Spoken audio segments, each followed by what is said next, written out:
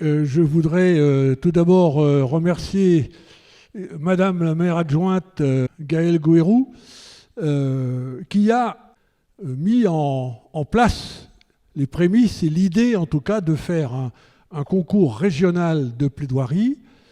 La première réalisation l'an passé, et cette année, deuxième concours régional de plaidoirie. Bon, je vais être bref. Je veux d'abord la remercier et lui demander de bien vouloir transmettre ses remerciements à Monsieur le maire de l'Oudéac, qui met à notre disposition gratuitement ce bel espace et les techniciens compétents que vous ne voyez plus maintenant, mais qui, eux, vont vous voir et vont faire en sorte que, techniquement, vos plaidoiries se passent dans les meilleures conditions possibles. Je veux aussi rapidement remercier d'abord les élèves, ceux d'entre vous qui sont au premier rang, parce qu'ils ont été sélectionnés au sein de leurs propres établissements scolaires, mais l'ensemble des élèves qui ont des 11 lycées qui ont participé cette année à la mise en place du concours de plaidoirie, et remercier aussi les équipes pédagogiques des lycées, sans qui, bien sûr, tout ce travail ne serait pas possible. Voilà pour ce qui est des remerciements, mais c'est quelque chose de très important auquel est très attachée la Ligue des droits de l'homme, puisque vous savez que c'est une association avant tout de défense des droits, et l'axe, je dirais, la colonne vertébrale du travail que vous avez fait, mesdemoiselles, messieurs, au cours de ce concours de plaidoirie, est essentiellement tourné justement vers votre appréciation de droits qui sont bafoués, qui ne sont pas respectés, que ce soit en France ou dans les pays du monde entier. Et je crois que c'était important de pouvoir le préciser. Voilà, je laisse la parole maintenant à Gaëlle. Voilà, elle me dit qu'elle va faire vite. Oui, bien sûr.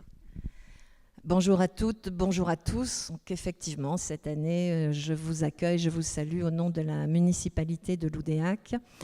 Eric a déjà dit l'essentiel. Pour avoir suivi les jeunes, ce que vous êtes pendant toutes ces années scolaires, c'est vrai qu'en début d'année, on vous voit vous interroger sur quoi vais-je travailler. Alors on leur demande qu'est-ce qui vous indigne, quel sujet avez-vous envie de défendre, quelle cause avez-vous envie de plaider, et tout le monde trouve. Et ensuite, je renouvelle mes félicitations à tous les enseignants, les documentalistes, les membres de la Ligue des droits de l'homme qui vous accompagnent toute l'année pendant ce travail, mais bien évidemment, c'est à vous que revient la primeur des félicitations. Merci beaucoup aux membres du jury qui ont accepté de participer. C'est une lourde responsabilité que vous allez avoir parce que, vous allez le constater très vite, les sujets sont graves, les sujets sont importants. L'exercice n'est pas anodin. Mais c'est vrai qu'en ces temps où la lutte pour une démocratie vivante compte, leur parole est stimulante, leur parole est roborative. Donc pas plus longtemps parce que, bon, voilà, le temps est un petit peu compté dans la matinée. Donc merci à tous d'être venus. L'important, c'est de parler des droits et c'est maintenant ce qui va être fait. Donc merci. Et j'invite Nathalie Théillot. Donc nous avons l'immense honneur cette année d'avoir la présidente elle-même de la Ligue des droits de l'homme qui est venue nous rejoindre pour cette finale régionale.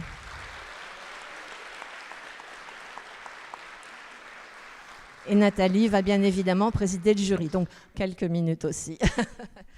Merci beaucoup, je suis vraiment très contente d'être ici, qui est en plus le pays de ma maman. Donc, je le dis parce que c'est un attachement personnel quand même si moi j'ai vécu en Nouvelle-Calédonie, c'est vous dire que les droits de l'homme sont universels, puisque vous voyez, Nouvelle-Calédonie, c'est aussi un problème de colonie avec tout ce que ça signifie en termes de problème d'égalité devant la loi. Je ne développe pas plus puisque ce n'est pas le sujet. Je vous félicite déjà d'avoir réussi puisque vous êtes finaliste, ça veut dire déjà vous êtes là, donc félicitations, bravo à toutes les équipes, effectivement aux professeurs, merci à tous les techniciens qui sont là, et merci beaucoup aux sections, parce que sans elles, c'est pas possible, les sections de la LDH, ça n'est pas possible.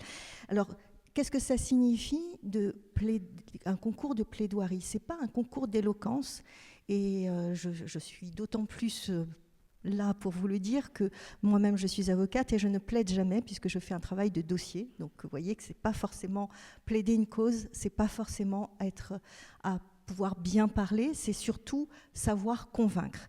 Savoir convaincre et plaider sa cause, c'est pas individuel, c'est une cause, c'est-à-dire quelque chose pour lequel vous vous engagez, et ça signifie que vous faites œuvre politique. Pourquoi ? Parce que c'est au sens premier, la police. Police avec un S, ça signifie la cité. Vous vous êtes engagé comme citoyenne, comme citoyen dans la cité en œuvrant pour les droits et les libertés. Et d'ailleurs, j'espère qu'ensuite, vous nous rejoindrez à la Ligue, évidemment.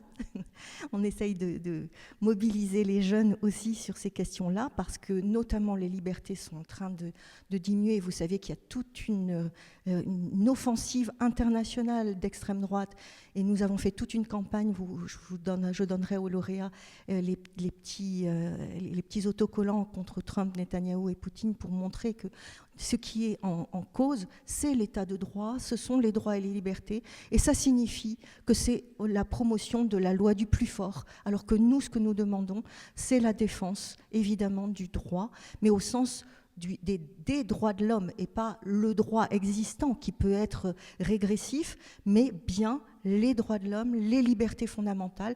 Et c'est aussi pour cela qu'on vous demande de vous fonder sur la Déclaration universelle des droits de l'homme. Vous savez qu'elle a été rédigée par un ligueur, c'était un membre de la direction de la Ligue, René Cassin, et je lui rends hommage, puisque c'est quand même lui qui a participé essentiellement à la rédaction de cette Déclaration universelle des droits de l'homme, sur laquelle nous vous demandons de vous fonder, parce que c'est une référence, et ça a été au lendemain de la Seconde Guerre mondiale, c'est-à-dire à un moment où les États ont enfin compris qu'il fallait absolument trouver un moyen pour que l'État lui-même se conforme aux droits de l'homme, parce que sinon on pouvait arriver à la Shoah, c'est-à-dire l'absolu horrible, c'est ce qu'on a appelé le crime contre l'humanité. Et malheureusement, les États sont en train d'aller à l'encontre de ce qu'ils avaient promu, et c'est aussi pour ça que je vous remercie de prendre la charge de plaider une cause qui prenne en charge les droits et les libertés et donc l'état de droit. Merci beaucoup. Si les autres membres du jury veulent bien nous rejoindre, parce qu'il est important que quand même les jeunes qui sont au premier rang et qui vont bientôt plaider sachent quels sont ceux qui ont la lourde responsabilité de les évaluer. En 2 mots, allez, peut-être 3, se présenter. Nathalie, c'est fait. Alors ensuite, Antoine Rava, qui est donc conseiller municipal à Lamballe. Très rapidement, Eric. En 1 minute. Bonjour à toutes et à tous. D'abord, merci d'être là. Moi, je suis très heureux de faire partie du jury et de pouvoir vous écouter. Toutes mes félicitations, vraiment, et mon admiration pour l'ensemble des interlocuteurs et des intervenants de ce matin. J'ai moi-même participé, mais plus âgé que vous, quand j'étais étudiant à des concours de plaidoirie, et je sais toute la difficulté que ça, tout le stress que ça peut amener. Donc venez avec beaucoup de sérénité, beaucoup de calme, ça va très bien se passer, et pour nous c'est un grand plaisir de vous écouter. Merci. Merci. Ensuite,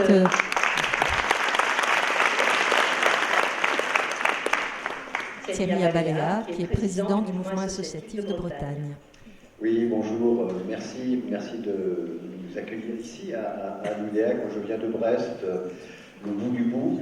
Je suis président du mouvement associatif, et pour rebondir sur les propos de la présidente de la Ligue des droits de l'homme, mon boulot en tant que président, c'est de plaider la cause des associations auprès des pouvoirs publics, et plaider la cause des associations, c'est en fait plaider pour le droit inaliénable des individus de s'associer entre eux autour d'une cause commune, et aujourd'hui, c'est de nombreuses causes que vous allez nous soumettre. Donc je viens avec aussi beaucoup de curiosité, parce que c'est jamais facile de prendre la parole en public, et donc je viens aussi pour tirer un certain nombre d'éléments, de trucs et d'astuces qui permettent de faire passer des messages et de convaincre un auditoire, ce que je passe mon temps à tenter de faire, avec parfois des réussites, mais souvent aussi des déceptions de ma part. Donc je viens aussi apprendre au cours de cette matinée. Merci.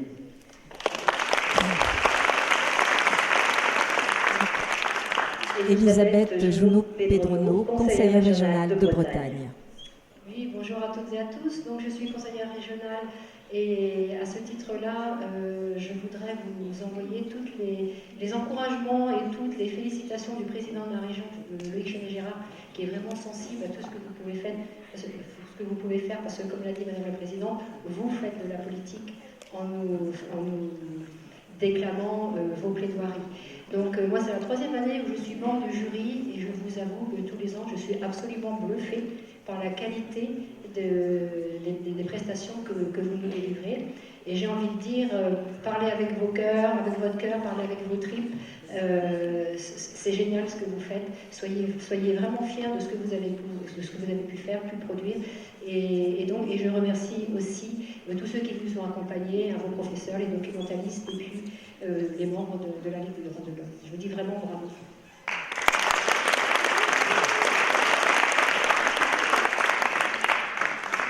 Armelle Loisiou, qui est enseignante au lycée Fraissinet de Saint-Brieuc et membre de Solidaire. Oui, eh bien, bravo à tous et toutes. Moi, je suis très émue de voir autant de jeunes qui défendent des droits essentiels, comme le fait le syndicat pour lequel je suis mandatée. Donc, d'avance, bravo à tous et à toute l'équipe qui vous a accompagné, bien sûr.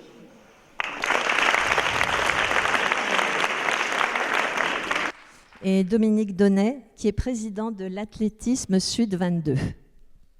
Bonjour à tous, merci d'abord, et puis bonjour à tous, et puis félicitations à tous ces jeunes là, qui n'hésitent pas à s'engager. Je sais que c'est un travail quelquefois un petit peu difficile, alors je vous conseille, parce que j'ai vécu ça aussi comme mes collègues sûrement, les premières fois où on prend la parole en public, c'est jamais très simple, alors surtout respirer à fond. Je suis aussi sportif, je fais de la grande distance, j'ai appris à respirer, et surtout lorsqu'il y a le moins de petit blocage, vous respirez à fond, vous verrez, ça repart tout seul, et puis après, comme vous connaissez votre sujet, j'ai aucune inquiétude sur ces points-là. Alors, encore bravo, puis merci à tous ceux qui ont organisé ça, et puis bravo à tous les élèves qui se motivent, qui sont motivés par les droits de l'homme, parce que c'est vraiment un point fondamental dans notre existence, et il faut surtout les préserver au plus. Merci.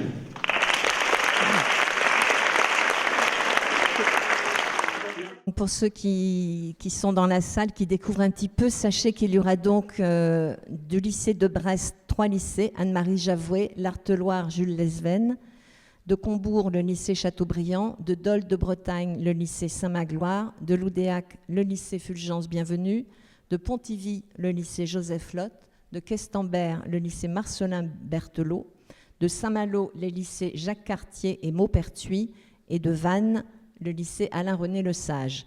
Donc, l'ordre de passage, il vient d'être tiré au sort.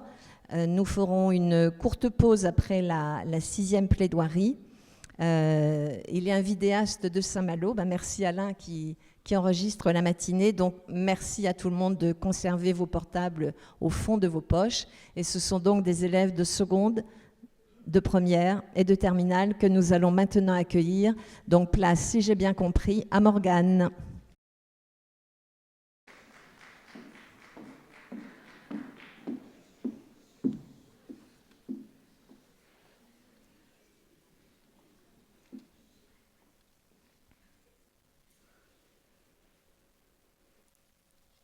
Gauche, droite, jour, nuit, oui, non. Consentir, ne pas consentir. Aujourd'hui, mesdames et messieurs, le consentement, bien loin de ne concerner qu'une valeur semblant simple, banale, normale, et qui pourtant cache derrière des actes effroyables. Allant de la liberté à la contrainte, du respect à la domination, de l'amour au crime.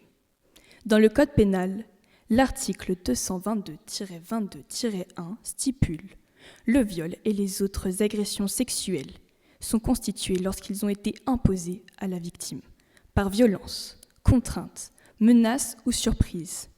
Lorsque les faits sont commis sur un mineur ou sur une personne dont la particulière vulnérabilité est apparente ou connue de l'auteur, les autres agressions sexuelles sont constituées indépendamment du consentement de la victime. » Le Code civil peut ajouter qu'à l'article 1129, qu'il faut être saint d'esprit pour consentir valablement à un contrat. Les deux se lient à une même idée, que le consentement n'a de valeur que s'il est libre, authentique et respectant la dignité de chacun. Nous choisissons de consentir ou non. Nous sommes libres de donner un accord. Pourtant, malgré les lois et les peines, il y a toujours des agressions sexuelles, mais également des viols, des abus. Or, le droit au consentement est de pouvoir dire non et d'être entendu. Mais une société n'écoute pas vraiment ce refus. Loi, morale, emprisonnement. De quoi respecter le consentement des autres, non? Mais alors, que fait-on de ces femmes, hommes ou enfants? L'être humain n'est pas une chose. Nous avons de la valeur. Nous existons. Nous sommes sujets de droit et jamais de simples objets de plaisir. Le consentement a des enjeux, ceux de protéger notre dignité, nos libertés, ainsi que les personnes vulnérables de l'instrumentalisation du corps et de l'esprit. Le Code pénal, dans son article 222-23, définit le viol comme tout acte de pénétration sexuelle commis sur la personne d'autrui par violence, contrainte, menace ou surprise, sachant qu'il a fallu plus de 20 ans pour que la jurisprudence précise après que l'absence de résistance, le silence ou la sidération ne soient pas simplement des surprises consenties, mais en réalité une personne victime des actes figés par la peur.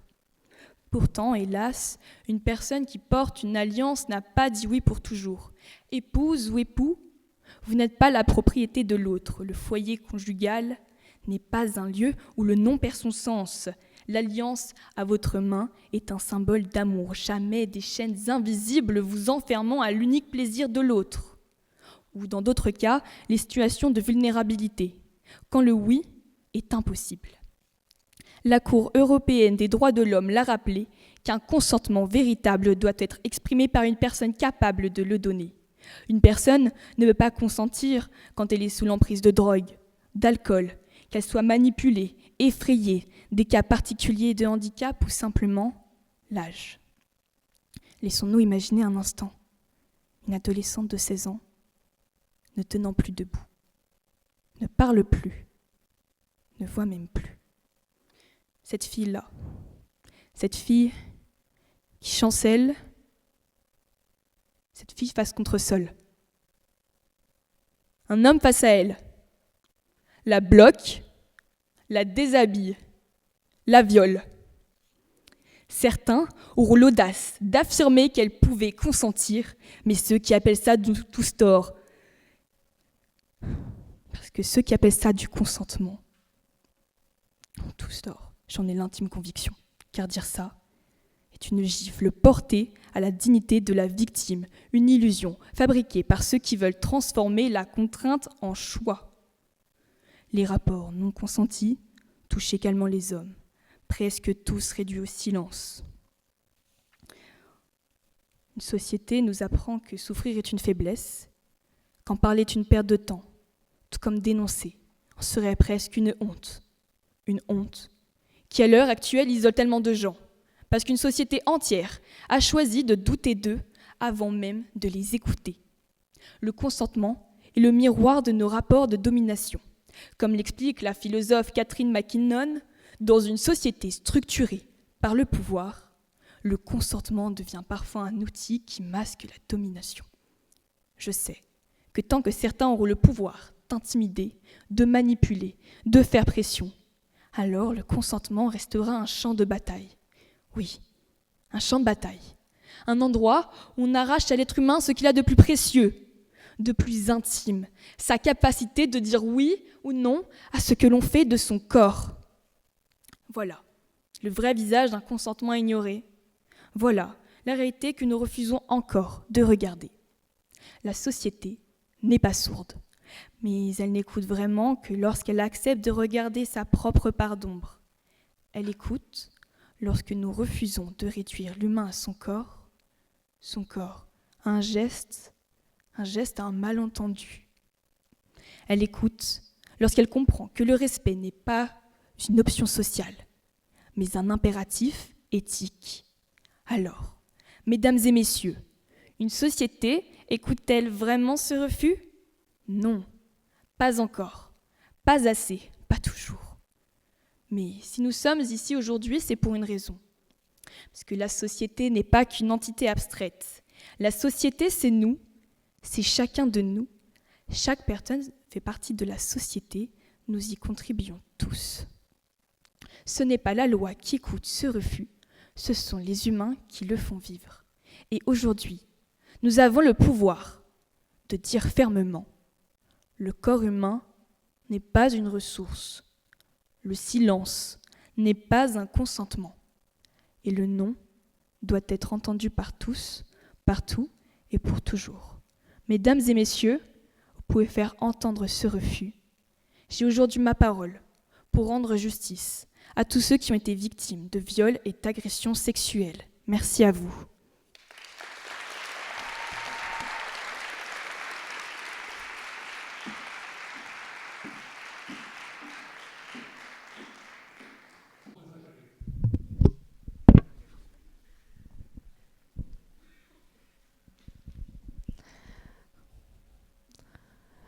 Madame la Présidente, Mesdames et Messieurs les membres du jury, Nelson Mandela disait « Il ne peut y avoir de révélation plus profonde de l'âme d'une société que de la façon dont elle traite ses enfants. » Imaginez un instant qu'on vous arrache à votre foyer.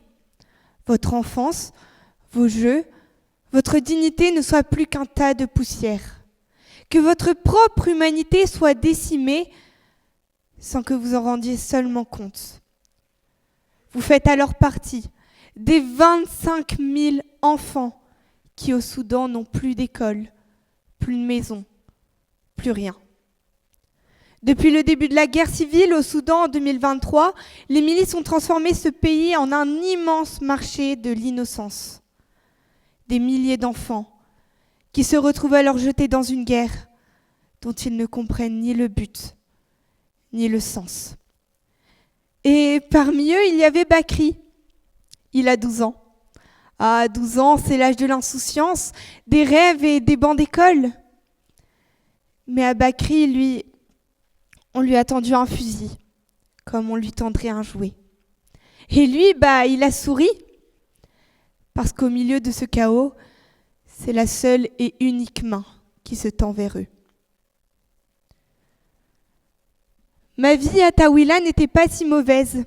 Comme à mon habitude, je jouais dans la poussière avec mes 3 billes. Mais ce jour-là n'était pas comme les autres. Le sol a tremblé. Un rugissement de moteur a déchiré le calme et un mur de poussière a envahi ma rue. Ma mère a bondi. Ses mains se sont crispées sur mes épaules pour m'étouffer contre elle. J'ai vu des hommes sortir des pick-up. Ils avaient l'air de gens invincibles. Un gradé s'est approché et m'a tendu un sachet de bonbons rouges. Le sucre a explosé sur ma langue. C'était merveilleux. Il m'a attiré vers lui et m'a dit « Tu veux manger tous les jours? Tu as un regard de guerrier. Veux-tu être un lion ?» J'ai regardé les mains vides de ma mère. Je sais qu'il n'y a plus rien à manger à la maison. Alors, pour ne plus être une charge, pour ne plus voir la faim dans les yeux de maman, j'ai laissé mes billes dans le sable et j'ai suivi les autres soldats. Maman a crié et le camion a démarré. Nous sommes arrivés dans une sorte de camp avec plein de tentes. Je voyais plein d'enfants. J'avais hâte de me faire des copains. Mais la vie au camp, elle n'était pas simple. Il faisait chaud, très chaud. On devait porter des caisses de munitions pour les plus grands soldats. Et les autres garçons n'étaient pas très gentils avec moi. Mais c'est pas grave, parce que je me suis fait une amie, Amira. Elle non plus, elle n'aimait pas ces garçons. On passait notre temps ensemble. Le soir, avant de se coucher, on se racontait nos vies futures. Mais un soir, Amira n'est pas venue me retrouver. Je ne l'ai vue que le lendemain matin. Elle sortait de la tente des officiers. Oh, elle marchait bizarrement, ses vêtements étaient déchirés et ses cheveux tout décoiffés. Je lui ai attrapé la main pour qu'on joue ensemble, mais elle m'a poussée en arrière et a couru vers sa tente. L'officier à côté de moi a ricané et a dit « Elle fait son devoir de femme. Fais le tien, petit lion. » J'ai pas compris. Amira n'a plus jamais parlé, ni à moi, ni à quelqu'un d'autre. Article 34 de la Convention internationale des droits de l'enfant. L'enfant s'engage à être protégé contre toutes les formes d'exploitation et contre tout travail et contre toutes les formes de violence sexuelle. Le Soudan a signé cette convention. Pourtant, il a décidé d'en violer chaque mot. Le lendemain, on m'a réveillée très tôt. L'officier nous a rassemblés dans un entrepôt et a mis un homme à genoux devant nous. Puis, il a pointé mon fusil vers le front de cet homme. « C'est lui ou c'est toi, petit lion. Montre-nous que tu es un homme. » J'ai ouvert grand les yeux. Mes mains tremblaient sur le métal froid du fusil. J'ai vu la peur dans les yeux de l'homme. Alors j'ai eu encore plus peur. L'officier s'est mis à serrer ma nuque, tellement fort que ses doigts s'enfonçaient dans ma peau. Il m'a hurlé « Tire maintenant, c'est toi qui prends sa place. » Je voulais pas. J'étais sûre que c'était pas bien. Je voulais juste ma maman. Mais j'avais pas le choix. Alors j'ai fermé les yeux et la violence du tir m'a projetée à terre. Article 38 de la Convention internationale des droits de l'enfant. L'enfant a le droit d'être protégé et n'a pas le droit, avant l'âge de 15 ans, de participer directement aux hostilités. Le Soudan s'est engagé dans cette convention. Pourtant, il a accepté d'en souiller tous les mots. Les soldats m'ont soulevé de terre et m'ont porté comme un héros. Ils me disaient que j'étais un vrai soldat maintenant. J'ai pas compris. N'avais-je pas tué un homme? Alors c'était ça, être un grand? L'officier m'a donné un petit bonbon blanc. Ah, c'était pas bon, c'était amer. Mais d'un coup, je ressentais plus rien. Plus de peur, plus de regret. J'arrivais même plus à penser à ma maman. Je me suis mis à rire, si fort que je n'arrivais plus à respirer. Après tout, si les soldats m'ont porté comme un héros, c'est que je n'avais rien fait de mal. C'est à ce moment-là que l'officier a sorti son téléphone. Il m'a crié « Garde ce sourire, petit lion, montre au monde qu'on gagne !» Je me suis vue sur la vidéo. Je ressemblais plus au petit garçon qui jouait aux billes à Tawila. Je ressemblais à un guerrier invincible. Alors j'ai brandi mon fusil et j'ai crié de joie pour la caméra. La vidéo était en ligne. En quelques secondes, des milliers de personnes likaient ma gloire. Mais ces gens-là, ils ne voyaient pas la tache rouge sur la chemise du monsieur. Ils ne voyaient pas le bonbon amer dans ma gorge. Ils ne voyaient qu'un enfant soldat qui avait l'air heureux de l'être. Article 32 de la Convention internationale des droits de l'enfant. L'enfant a le droit d'être protégé contre l'exploitation et contre tout travail nuisible à son développement. Le Soudan a signé pour protéger, mais aujourd'hui il a décidé d'ignorer. Madame la Présidente, Mesdames et Messieurs les membres du jury, avez-vous entendu le récit de Bakri? Mais au-delà de l'émotion, je vous demande tout d'abord d'écouter la raison. La science est formelle. Le cortex préfrontal, cette zone du cerveau qui nous raisonne, détecte les erreurs, différencie le bien du mal, n'atteint sa pleine maturité qu'à 25 ans. Bakri n'en a que 12. À 12 ans, son cerveau n'est pas assez armé pour dire non à un officier qui lui écrase la nuque pour tuer un homme. Pourtant, le monde regarde ailleurs. On regarde la Palestine, on regarde l'Iran, l'Ukraine. Mais le Soudan, lui, reste dans l'angle mort de notre actualité. Comme si le sang de ses enfants pesait moins lourd. On oublie alors surtout Amira et ces milliers de filles victimes d'agressions sexuelles dont on ne dit rien, cachées derrière l'image brillante du petit garçon au fusil. Bakri est l'appât qu'on exhibe, Amira est la victime qu'on efface. Au Soudan, les milices ont trouvé une propagande cruelle à travers les réseaux sociaux, une règle marketing immonde. Quoi de mieux qu'un enfant pour en inciter d'autres? Des enfants instrumentalisés, drogués, pris dans une guerre dont ils ne comprennent ni le but, ni le sens. Article 1er de la Déclaration universelle des droits de l'homme. Tous les êtres humains naissent libres et égaux, en dignité et en droit. Alors je vous le demande, que reste-t-il aujourd'hui des droits de Bakri et d'Amira ? Rien. Il ne reste que des ruines, un cerveau brisé et une dignité volée. Les réseaux les ont exposés, les milices les ont enchaînés et le monde les a ignorés. Il ne peut y avoir de révélation plus profonde de l'âme d'une société que de la façon dont elle traite ses enfants. Nelson Mandela avait raison. Le sort de Bakri et d'Amira n'est pas une fatalité, mais c'est un crime que nous ne pouvons plus ignorer. Alors ne regardons plus ces enfants comme des soldats, regardons-les comme des victimes que le monde a laissé tomber. Ne laissons plus un algorithme décider de la vie des enfants et rendons à Bakri son droit à l'innocence. Je vous remercie.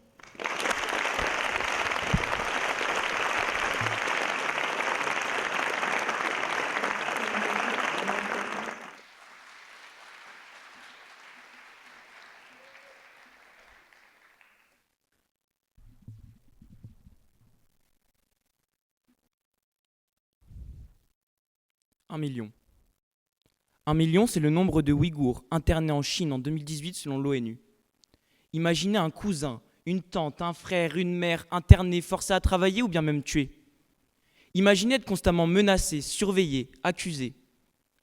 C'est ce que vivent les Ouïghours, minorité musulmane vivant majoritairement à l'ouest de la Chine, dans la région du Xinjiang. L'article 3 de la Déclaration universelle des droits de l'homme affirme que tout individu a le droit à la vie, à la liberté et à la sûreté de sa personne. À cette affirmation, Xi Jinping, chef du Parti communiste chinois et actuel président, répond par la répression et par l'oppression de ce peuple. Il qualifie cette minorité de dangereuse, violente. Il les accuse d'extrémisme et même de terrorisme. 11 millions de terroristes. Ces accusations ne sont même pas recevables, mais elles permettent à Pékin de justifier la torture et l'endoctrinement et de légitimer l'anéantissement des traditions et de la culture ouïghour. Une situation aussi grave ne peut rester dans le silence des médias, dans la passivité des gouvernements et dans l'ignorance du monde. Comment peut-on laisser sans aide un peuple souffrant, proche de disparaître, dominé par un État autoritaire ? Les persécutions au Xinjiang commencent en 1950, avec le contrôle de la religion et la volonté de réduire l'usage de la langue et de la culture ouïghour. Mais à la fin du XXe siècle, ces persécutions s'intensifient. Des manifestations ouïghours sont réprimées, comme à Julja en 1997, où 200 manifestants sont tués, selon Uyghur Human Rights Project. D'autres événements permettront à Pékin d'incriminer cette pauvre minorité. En juin 2009, 6 hommes ouïghours sont accusés de viol sur plusieurs femmes Han. De cet événement, s'ensuivent des affrontements violents entre Han et Ouïghours qui renforceront les tensions déjà présentes entre ces deux ethnies. Han désigne l'ethnie majoritaire en Chine, représentée à 92%. Cette majorité est envoyée au Xinjiang depuis 1950 par le gouvernement chinois pour exploiter les ressources, imposer leur langue et monter des entreprises. Selon des études, il y aurait de la discrimination à l'embauche, comme le révèle Byline Times. En 1949, les Han représentaient 6% de la population du Xinjiang. Aujourd'hui, ils représentent plus de 40% de la population. Cette colonisation de peuplement n'a qu'un seul but: affaiblir les Ouïghours pour mieux les dominer. Mais cette persécution morale est accompagnée d'une surveillance excessive du peuple. Les 11 millions de Ouïghours, même libres, sont emprisonnés par les règles ultra strictes de Pékin. Les réfugiés, éloignés de cette prison à ciel ouvert, n'osent même pas témoigner. C'est dire la pression exercée par la Chine sur cette pauvre minorité. Les moyens employés par le gouvernement chinois ne se résument pas qu'aux persécutions morales. Ces persécutions sont aussi physiques. Arrestations, coups, tortures. Xi Jinping n'a aucune pitié. Enfants, parents, grands-parents, personne n'est épargné. Arrestations perpétrées sous couvert de lutte contre l'extrémisme, le terrorisme ou autres crimes même pas reconnus par les lois internationales. La détention d'un tapis de prière est un crime au Xinjiang. après avoir été arrêté pour l'un de ces crimes, vous êtes écouté au cours d'un long et violent interrogatoire. Puis vous êtes emmené dans l'un de ces fameux camps de rééducation, ces lieux où les droits de l'homme n'existent plus. Inauguré en 2017 par le président chinois Xi Jinping pour lutter contre le soi-disant terrorisme, ces camps ne sont qu'en réalité le foyer de crimes contre l'humanité, comparable aux camps de concentration nazis. Qu'y a-t-il de différent entre Hitler et Xi Jinping, si ce n'est la religion des victimes? Les Ouïghours ont pour seul crime d'être musulmans. Pourtant, l'article 2 de la Déclaration universelle des droits de l'homme interdit toute discrimination fondée sur la religion. Ces victimes, à peine arrivées dans les camps, se voyaient infliger des châtiments sévères, comme la contrainte de rester à genoux dans leurs cellules durant les premières semaines, voire les premiers mois de détention. L'article 5 de la Déclaration universelle des droits de l'homme proclame que nul ne sera soumis à la torture ni à des peines ou traitements cruels, inhumains ou dégradants. Torture, peine cruelle, inhumain. Ces mots-clés correspondent parfaitement aux conditions des camps. Chaque ancien détenu interrogé par Amnesty International a subi des actes de torture. Ils témoignent tous avec un regard vide, traumatisés par la privation d'eau et de nourriture, par les décharges électriques et par les viols. Au Xinjiang, la torture est devenue la normalité. Mais ces camps ne servent pas qu'à violenter. Ils ont aussi la fonction de faire de chaque citoyen un bon citoyen chinois. Les Ouïghours sont forcés à apprendre le mandarin et à adhérer à l'idéologie communiste. Ce ne sont pas seulement les articles 2 et 5 que la Chine enfreint, mais plus d'une dizaine. Au Xinjiang, rien n'est respecté, à part Xi Jinping et son idéologie. Le gouvernement chinois voit aussi par cette répression un but financier. Les Ouïghours sont une main-d'œuvre pas chère, quasi gratuite. Ce sont des esclaves modernes. Chaque personne ici présente, qui porte un vêtement ou un accessoire, qui comprend à un moment ou à un autre de la chaîne de production une fibre de coton produite en Chine, doit envisager la forte probabilité d'être bénéficiaire du travail forcé des Ouïghours.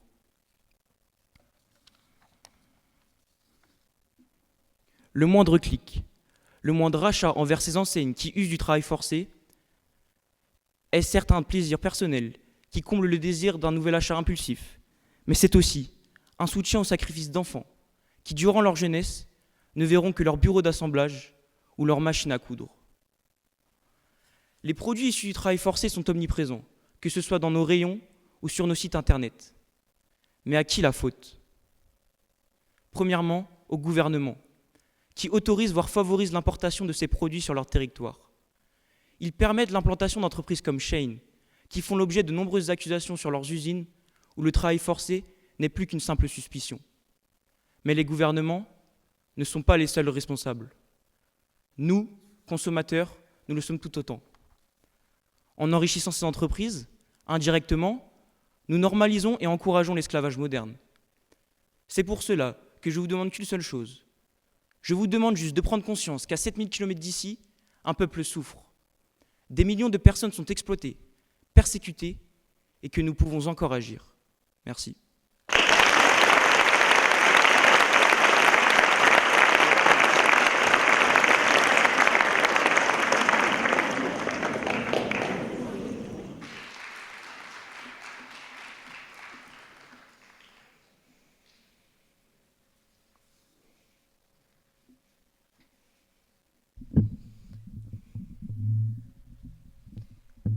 Imaginez que vous vous trouvez dans un pays où vous n'êtes jamais allé auparavant, avec une langue que vous ne comprenez pas. Oui, je vous demande seulement d'imaginer 3 secondes. Vous vous sentirez très perdu, n'est-ce pas? Ne sachant pas comment vous rendre où vous voudriez aller et n'étant pas capable de comprendre les informations qui vous seraient données. Ce serait inconfortable, non? Malheureusement, cette inaccessibilité est une réalité quotidienne pour 400 000 personnes aveugles et plus de 1,7 million de déficients visuels.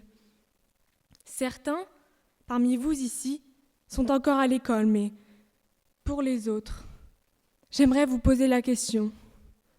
Vous souvenez-vous de l'école? Antoine, lui, s'en souvient. Il se souvient du tableau trop loin, des lettres trop petites, des manuels jamais adaptés. La loi dit pourtant que tout enfant a le droit à l'éducation. La loi dit pourtant que l'école doit être inclusive. D'ailleurs, la loi 111-1 du Code de l'éducation veille à la scolarisation inclusive de tous les enfants et ce, sans aucune distinction. Mais dans la réalité, Antoine devait compenser seul. Pas de support en braille à temps, pas de documents numériques accessibles en raison de leur caractère trop petit ou de leur contraste insuffisant. Des enseignants souvent démunis. On l'appelait courageux, mais l'école ne devrait pas exiger du courage pour simplement apprendre. Les procédures administratives nécessaires à l'obtention d'un projet personnalisé de scolarisation sont longues et souvent décourageantes pour les familles. De plus, l'accompagnement humain assuré par les AESH reste inégal selon les académies. En grandissant, Antoine a appris à se déplacer avec une canne blanche. Et là encore, la République avait promis. Conformément à la loi du 11 février 2005, tous les établissements recevant du public devaient être rendus accessibles aux personnes à mobilité réduite et handicapées, et ce, avant le 1er janvier 2015, quelle que soit leur année de construction. Cela comprend mairie, école, gymnase, piscine, local des associations, encore le culte. La France s'était donné 10 ans. 10 ans pour rendre les bâtiments publics accessibles. Mais combien de trottoirs sont encore encombrés? Combien de feux sonores sont défectueux? Combien de bandes pododactyles sont absentes ou mal entretenues? Même les voitures électriques qui roulent sans bruit représentent un danger. Pour Antoine, traverser une rue n'est pas un automatisme. C'est un calcul, un risque, un acte de foi. Aujourd'hui, on compte seulement 900 000 établissements recevant du public qui promettent une réelle accessibilité, sur 1,8 million. Et chaque obstacle urbain rappelle une chose simple à Antoine. La ville n'a pas été pensée pour lui. Puis viennent les transports. Prendre un train devrait être un droit fondamental, la liberté d'aller et de venir. Cette liberté est d'ailleurs évoquée dans la Déclaration universelle des droits de l'homme et du citoyen, notamment dans les articles 1, 2 et 4, qui stipulent que les hommes naissent et demeurent libres et égaux en droit. Ce principe souligne que chaque individu possède la liberté fondamentale et inaliénable de se déplacer. Pour vous, mesdames et messieurs, un simple clic sur l'application SNCF suffit pour réserver un train. Mais Antoine, lui, pour voyager, doit parfois réserver une assistance 48 heures à l'avance. Imaginez devoir planifier votre liberté. La spontanéité devient un privilège réservé aux voyants. Et ce n'est pas tout. Aujourd'hui, une grande partie de notre vie se déroule en ligne. Prendre un rendez-vous médical, déclarer ses impôts ou même consulter des résultats scolaires.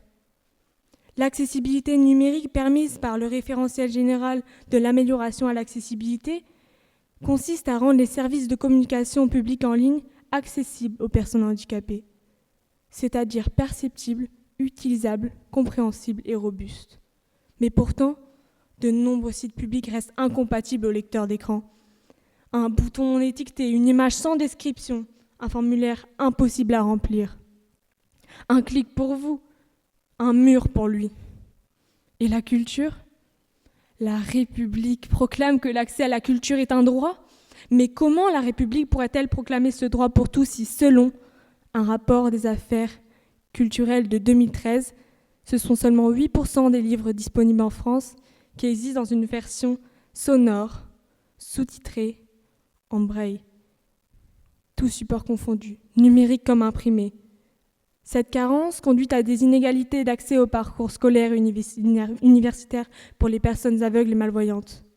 Aujourd'hui, on compte seulement 20% des personnes handicapées qui accèdent aux études supérieures. 20%. De plus, lorsque les ouvrages désirés sont accessibles à ce public, leur prix est 3 à 4 fois supérieur aux ouvrages ordinaires, creusant ainsi davantage les inégalités. Antoine adore lire, mais ses lectures dépendent des rares livres qu'il parvient à trouver adaptés à lui. Encore une fois, il attend. Aujourd'hui, en France, l'aide apportée par le ministère de la Culture et de la Communication à l'édition adaptée est de l'ordre de 150 000 €. À titre de comparaison, le Danemark, pays 10 fois moins peuplé que le nôtre, consacre chaque année 6 millions. à l'édition adaptée. Alors oui, Antoine travaille pour ne pas rester isolé, il est père, il contribue à la société. Mais chaque réussite lui coûte 2 fois plus d'énergie. Non, pas à cause de sa cécité, mais à cause de notre retard collectif. La loi de 2005 parlait d'égalité des droits et des chances. Plus de 20 ans plus tard, l'accessibilité n'est que partielle et l'égalité conditionnelle. Et la question n'est plus « les personnes aveugles et malvoyantes peuvent-elles s'adapter ?» Non, la vraie question c'est « pourquoi doivent-elles encore s'adapter à des droits qui devraient déjà leur être accessibles ?» Aujourd'hui, je m'adresse à vous pour vous alerter sur ce droit à l'accessibilité qui devrait être pour tous et pour toutes, mais qui ne l'est pas, à cause de notre société qui prive certains et certaines de leur autonomie. Parce que les personnes aveugles et malvoyantes ne manquent ni de volonté, ni de potentiel. Elles manquent de moyens. Parce qu'un droit inaccessible est un droit théorique. Et un droit théorique ne change aucune vie. Alors non, le problème n'est pas leur handicap. Le problème, c'est notre société qui regarde ailleurs. Et ce combat ne concerne pas seulement Antoine. Il concerne toutes celles et ceux que l'on empêche encore d'accéder, de circuler, de vivre pleinement. Les personnes en situation de handicap moteur, auditif, cognitif. La République avait promis, mais plus de 20 ans plus tard, elle n'a pas encore tenu parole. Alors, j'aimerais vous poser une dernière question. Combien de temps encore allons-nous accepter que l'égalité reste un simple mot ? Merci.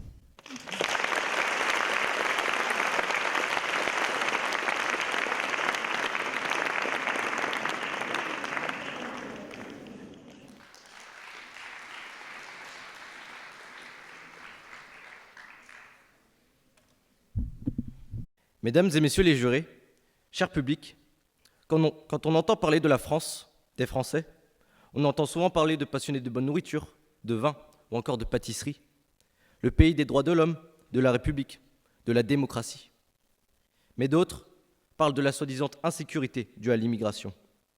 L'extrême droite est la solution, se disent-ils. Mais dans un pays où la devise liberté, égalité, fraternité résonne dans leur tête en passant par une oreille, l'égalité, elle, ressort de l'autre. La liberté est utilisée qu'à leur avantage et la fraternité que quand ça les arrange.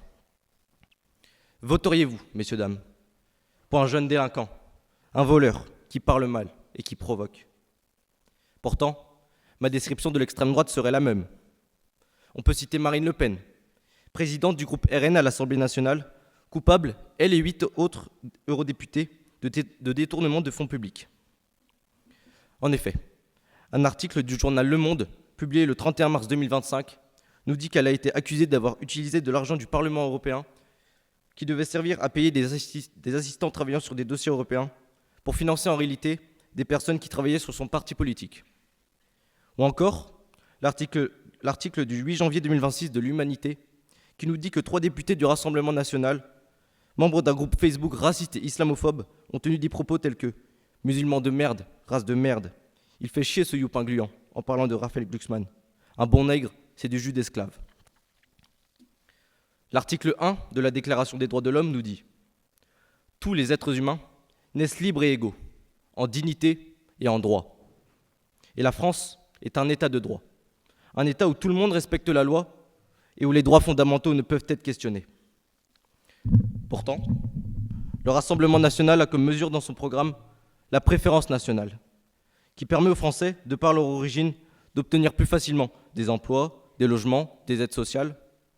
Ici, l'égalité, qui est un droit fondamental, n'est pas respectée. Jacques Chirac nous a dit « Dans notre histoire, l'extrémisme a déjà failli nous conduire à l'abîme. C'est un poison. Il divise, il pervertit, il détruit. Tout, dans l'âme de la France, dit non à l'extrémisme. » Le RN veut également supprimer le droit du sol.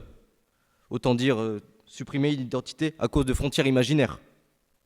Alors, dans un cas concret, imaginez-vous naître de parents fuyant la guerre. Vous grandissez alors dans une famille avec des parents qui ont vécu l'horreur. Mais en grandissant, vous voyez que vous êtes inférieur socialement, probablement victime de discrimination et en situation de précarité, car un certain Jean-Claude, au chômage volontaire depuis des années, a pris votre place au poste de travail que vous attendiez depuis des mois. Le problème, ce n'est pas de proposer des lois. Le problème, c'est lorsque ces lois remettent en cause les principes mêmes de l'état de droit. L'égalité, la justice, les libertés fondamentales. Alors, un parti qui se dit nationaliste ne devrait-il pas respecter les valeurs pour lesquelles des milliers de Français se sont battus, lors par exemple de la Révolution française ? Je plaide aujourd'hui pour une société juste, inclusive et progressive, là où l'extrême droite la veut exclusive et stationnaire. L'article 1 de la Déclaration des droits de l'homme ne nous parle pas seulement d'égalité, il nous parle aussi de dignité, là où l'extrême droite ne la respecte toujours pas, en exclamant des discours ciblant certaines populations. Là où Éric Zemmour, président du parti d'extrême droite Reconquête, dénonce une décision dite scandaleuse quant à l'inclusion des enfants en situation de handicap et traite les homosexuels de crimes contre l'humanité.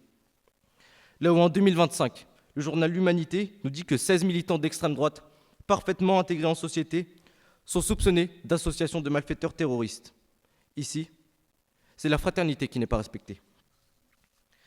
Là où le 25 avril 2025, Olivier Hadzovic, 21 ans, entre dans la mosquée de la Grande Combe et assassine Aboubacar Cissé, 22 ans, de 57 coups de couteau. Il filme le corps massacré et lance « Je l'ai fait pour ton Allah de merde ». Un mois plus tard, Christophe Beljambe, 53 ans, se rend devant le domicile de Hichem Miraoui, son voisin de Puguet-sur-Argent, pour le tuer. Avant de tirer, il annonce dans une vidéo « Ce soir, on dit stop aux islamiques de mes deux ». Ces deux drames ne sont pas isolés. Les personnes musulmanes ou perçues comme telles sont des cibles régulières d'une partie de la classe politique et des médias. Ici, l'islamophobie ne s'articule pas autour d'une critique de la religion, mais d'un rejet organisé des croyants. Les médias sont également très convoités par les milliardaires et l'extrême droite. Ces derniers sont une façon de défendre les intérêts économiques, mais certaines grandes puissances l'utilisent comme façon d'imposer ses idées et sa culture aux autres sans en avoir l'air. On parle alors ici d'hégémonie culturelle. Prenons l'exemple de Vincent Bolloré. En 2023, il rachète le groupe Lagardère qui possède le premier groupe d'édition français, Hachette. Un an plus tard, le livre de Jordan Bardella apparaît chez Fayard, qui est une propriété du groupe Hachette. C'est la première fois qu'une grande maison d'édition accepte de publier un homme politique d'extrême droite.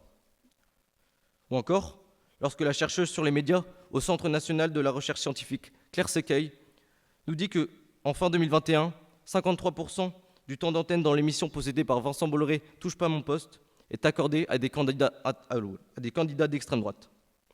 Dans ces deux exemples, on peut parler de bollorisation, mais surtout d'hégémonie culturelle. On peut alors citer des sociétés comme Studio Canal, Canal+, MyCanal, CNews, C-Star, Europe 1, Universal, Fayard, Relais, Capital.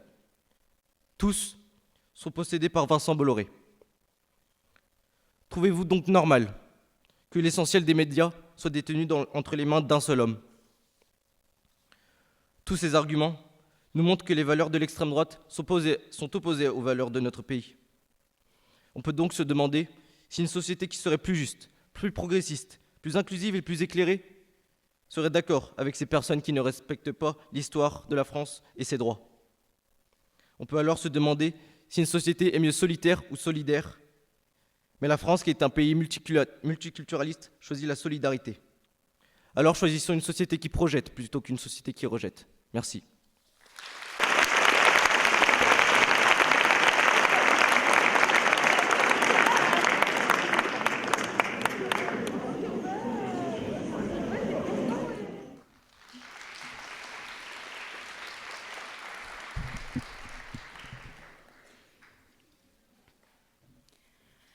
Imaginez que l'on vous prenne quelque chose. Pas un objet, pas un souvenir, une partie de votre propre corps, sans vous demander votre avis, sans vous expliquer pourquoi, sans même vous laisser le choix. Si d'après la Déclaration universelle des droits de l'homme et du citoyen, nous naissons tous libres en droit et en dignité, alors comment expliquez-vous que selon l'UNICEF, plus de 230 millions de femmes et de filles dans le monde ont subi des mutilations génitales féminines? Oui, des mutilations génitales féminines appelées excisions. Un mot court mais lourd de sens qui se traduit par l'ablation totale ou partielle des organes génitaux féminins extérieurs ou toute autre lésion des organes génitaux féminins, effectuée pour des raisons non médicales. Mais alors, quelles sont ces raisons, me direz-vous ? Dans ces régions du monde où ces pratiques sont répandues, certaines sociétés y voient comme un rite de passage, tandis que d'autres s'en servent pour réprimer la sexualité d'une fille. Parfois, on l'utilise même comme arme de guerre. De l'Afrique à l'Asie, en passant par le pays des droits de l'homme, la France, notre pays, un silence repose que les pervers imposent, mais les mères et les grands-mères aussi. Fatoumata a été excisée à l'âge de 16 ans. Elle raconte : j'étais partie en vacances au Sénégal avec ma famille. Un jour, ma tante me réveille et me prétexte une fête. Je me suis levée, je me suis préparée, je ne me suis pas posé de questions et je me suis rendue sur le lieu avec mes cousines. Arrivée à ce moment-là, on nous dirige vers une chambre. Une dame arrive, regarde ma cousine et lui dit : on va commencer par toi. Suis-moi. À ce moment-là, ma cousine crie : on veut nous exciser. Et moi, je reste tétanisée, je reste paralysée. Je comprends pas ce qui se passe, je pensais que ce genre de pratique n'existait plus au XXIe siècle. Fatoumata a raison, ce genre de pratique ne devrait pas exister. En France, la loi est très claire. L'excision s'oppose fondamentalement aux droits de la femme, opprimée depuis bien trop longtemps déjà. L'excision s'oppose à la liberté de disposer de son corps, article 16-1 du Code civil. Outre la douleur, le traumatisme et les conséquences sur la sexualité future des femmes, ces mutilations peuvent entraîner des saignements, des infections, des complications lors de l'accouchement, des problèmes de stérilité, voire même la mort. Mais alors, combien de ces bouchères ayant commis ces actes de barbarie ont été punis ? Malgré la mise en vigueur, en 2002, de l'article 222-9 du Code pénal, dispose que toute infirmité permanente ou toute mutilation est punie de 10 ans d'emprisonnement. Malgré la Convention d'Istanbul, qui a pour but d'éradiquer les violences faites aux femmes, on estime à 139 000 le nombre de femmes ayant été excisées en France. 139 000. Je vous invite à comprendre ce que Homère avait pourtant assimilé il y a de cela 2500 ans. Au mal une fois fait, il n'est pas de remède. Au mal une fois fait, il n'est pas de remède. Ce mal, Fatoumata en a fait les frais. Elle décrit la scène. On m'a dirigée vers une salle de bain à ciel ouvert. Il y avait 3 femmes. L'une m'a dit de me coucher au sol. Elle m'a déshabillée. Elle m'a écarté les jambes et les 2 autres me tenaient les bras et les jambes de chaque côté. Je me souviens que je regardais le ciel. On est coupé sans anesthésie, avec une lame, dans des conditions d'hygiène déplorables. On m'a coupé un bout du clitoris et les petites lèvres. À ce moment-là, j'ai senti une douleur indescriptible. J'avais l'impression que mon âme sortait de mon corps. Je me suis dit, wow, mais je viens d'être excisée. Je vais porter ce traumatisme toute ma vie. Après ça, plein de femmes m'ont félicité. Félicitations, t'es une vraie femme maintenant. Tu vois, c'était rien. Elles minimisaient le truc. Les jours d'après, on m'avait donné une sorte de serviette hygiénique et un désinfectant. C'était horrible. La plaie collée à la serviette. Au moment d'uriner les premiers jours, une douleur inexplicable. Je pleurais en cachette. On est rentré en France et j'ai continué ma vie comme si rien ne s'était passé. Fatoumata n'a pas choisi de vivre ce qu'elle a vécu. Mais elle a choisi de combattre cette violence par la parole et la sensibilisation. C'est pour cela que je me tiens ici aujourd'hui, pour que nous reconnaissions que ce qui lui est arrivé, mais ce qui est aussi arrivé à Anita, 6 ans, Saïda, 10 ans, Kadjida, 13 ans, et des millions d'autres femmes, ne doit plus jamais être toléré.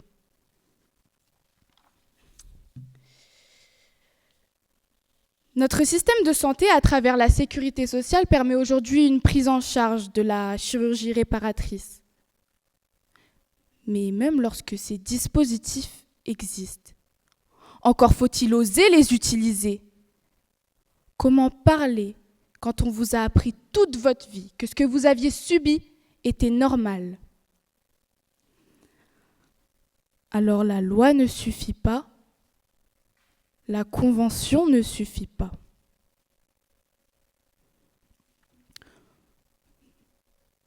Aujourd'hui, Fatoumata s'est reconstruite.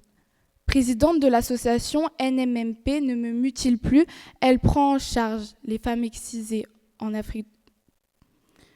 À travers un livre qu'elle a coécrit, elle dénonce ce que subissent les femmes de l'Afrique de l'Ouest, entre excision, mais aussi les mariages forcés, les viols conjugaux. Mesdames, Messieurs, ce que l'on appelle tradition ne peut jamais se placer au-dessus de la dignité humaine, du droit fondamental et de la liberté. Je demande à chacun d'entre vous ici présents de reconnaître l'excision comme violation des droits de l'homme. Nous devons la combattre pour toutes. Merci.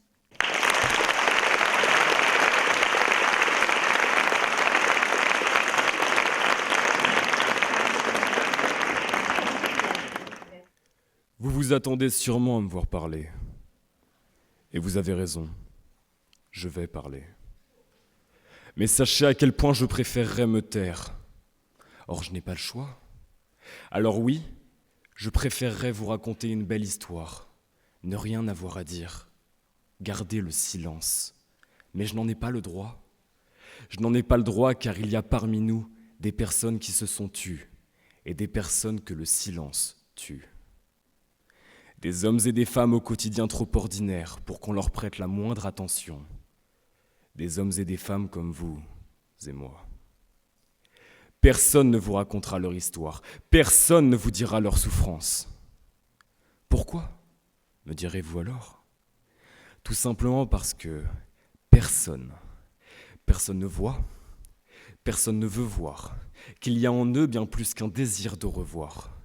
Personne ne sait, personne ne veut savoir qu'un sourire exprime bien mieux la joie que le désespoir. Personne n'a su les regarder, personne ne s'est inquiété de les voir sombrer pas à pas, s'effacer à coups de « ça va ». Personne non plus n'a jamais su voir au-delà des apparences, voir ce vécu qu'un cœur ému maquille derrière d'ignobles fragrances. Car s'il boit, il boit seul. Regarde à peine son verre, ni même la bouteille se vider, et entame une lente descente aux enfers pour mieux oublier, gorgée après gorgée, l'horreur de sa solitude. Il boit comme d'autres pleurent. Il boit comme il pourrait ne pas boire, il comme il pourrait être elle, car cette histoire se passe de nom. Elle est universelle. Elle peut se dessiner dans la gaieté feinte d'un homme qui se tait, car être un homme, c'est être fort, ne pas montrer ses faiblesses. Elle peut s'esquisser dans le sourire attendri d'une mère qui contemple le fruit d'une union consentie, ou du moins, c'est ce que le père en a dit. Elle peut se révéler dans un geste, un sourire, comme autant de subterfuges pour ne pas montrer qu'on a mal, pour ne pas dire cette souffrance qu'aucun mot ne saurait qualifier. Cette histoire se passe de nom, pas de fin. Alors ils saisiront le marchepied et commenceront à calculer la longueur appropriée. Vous comprenez, ils ne voudraient pas se rater, avoir à tout recommencer. Et une fois ce calcul effectué, ils prendront une paire de ciseaux et couperont net la corde qui deviendra leur bourreau. Libre à vous de réimaginer cette fin, mais n'oubliez jamais la vraie nature de leur dessein. Ils voulaient tout simplement s'échapper oublier une fois pour toutes leur présent, leur passé. Ils voulaient simplement en finir, ne plus jamais avoir à subir. Je ne vous demande pas de les comprendre, ni eux, ni les autres, ceux qui n'ont pas pu aller au bout. Parfois on ne peut tout simplement pas, car l'être humain a ses faiblesses. Alors on dira, elle avait tout pour être heureuse, une petite fille, un mari aimant. Au fond ce n'était qu'une pleurnicheuse, elle serait restée si elle les aimait vraiment. Ou encore, j'ai honte pour lui, partir comme ça, laisser derrière soi son honneur. Il aurait dû se battre, ou du moins essayer. Là, tout ce qu'on retiendra de lui, c'est sa lâcheté. Mais culpabiliser ce que l'on n'a pas su comprendre, n'est-ce pas là la plus grande des formes de lâcheté? Car il faut, messieurs, mesdames, pour se pendre, bien plus qu'un manque de volonté. Vous me parlerez d'indignité, je vous parlerai de mépris, mépris pour ceux qui ont craqué, qui n'avaient plus goût à la vie. Vous me parlerez d'indignité, je vous parlerai de dignité, car il n'y a droit plus important que celui d'être respecté. Et je ne suis pas le seul à le penser. La Déclaration universelle des droits de l'homme stipule dans l'article 1er que tous les êtres humains naissent libres et égaux en dignité et en droit. Or, les textes oublient de mon point de vue une toute petite chose. La dignité d'une personne ne meurt pas avec elle. C'est pourquoi, aujourd'hui, je me tiens face à vous et demande une réforme de ce droit à la dignité, afin que plus jamais culpabiliser ceux qui se sont suicidés ne soit une banalité. Merci.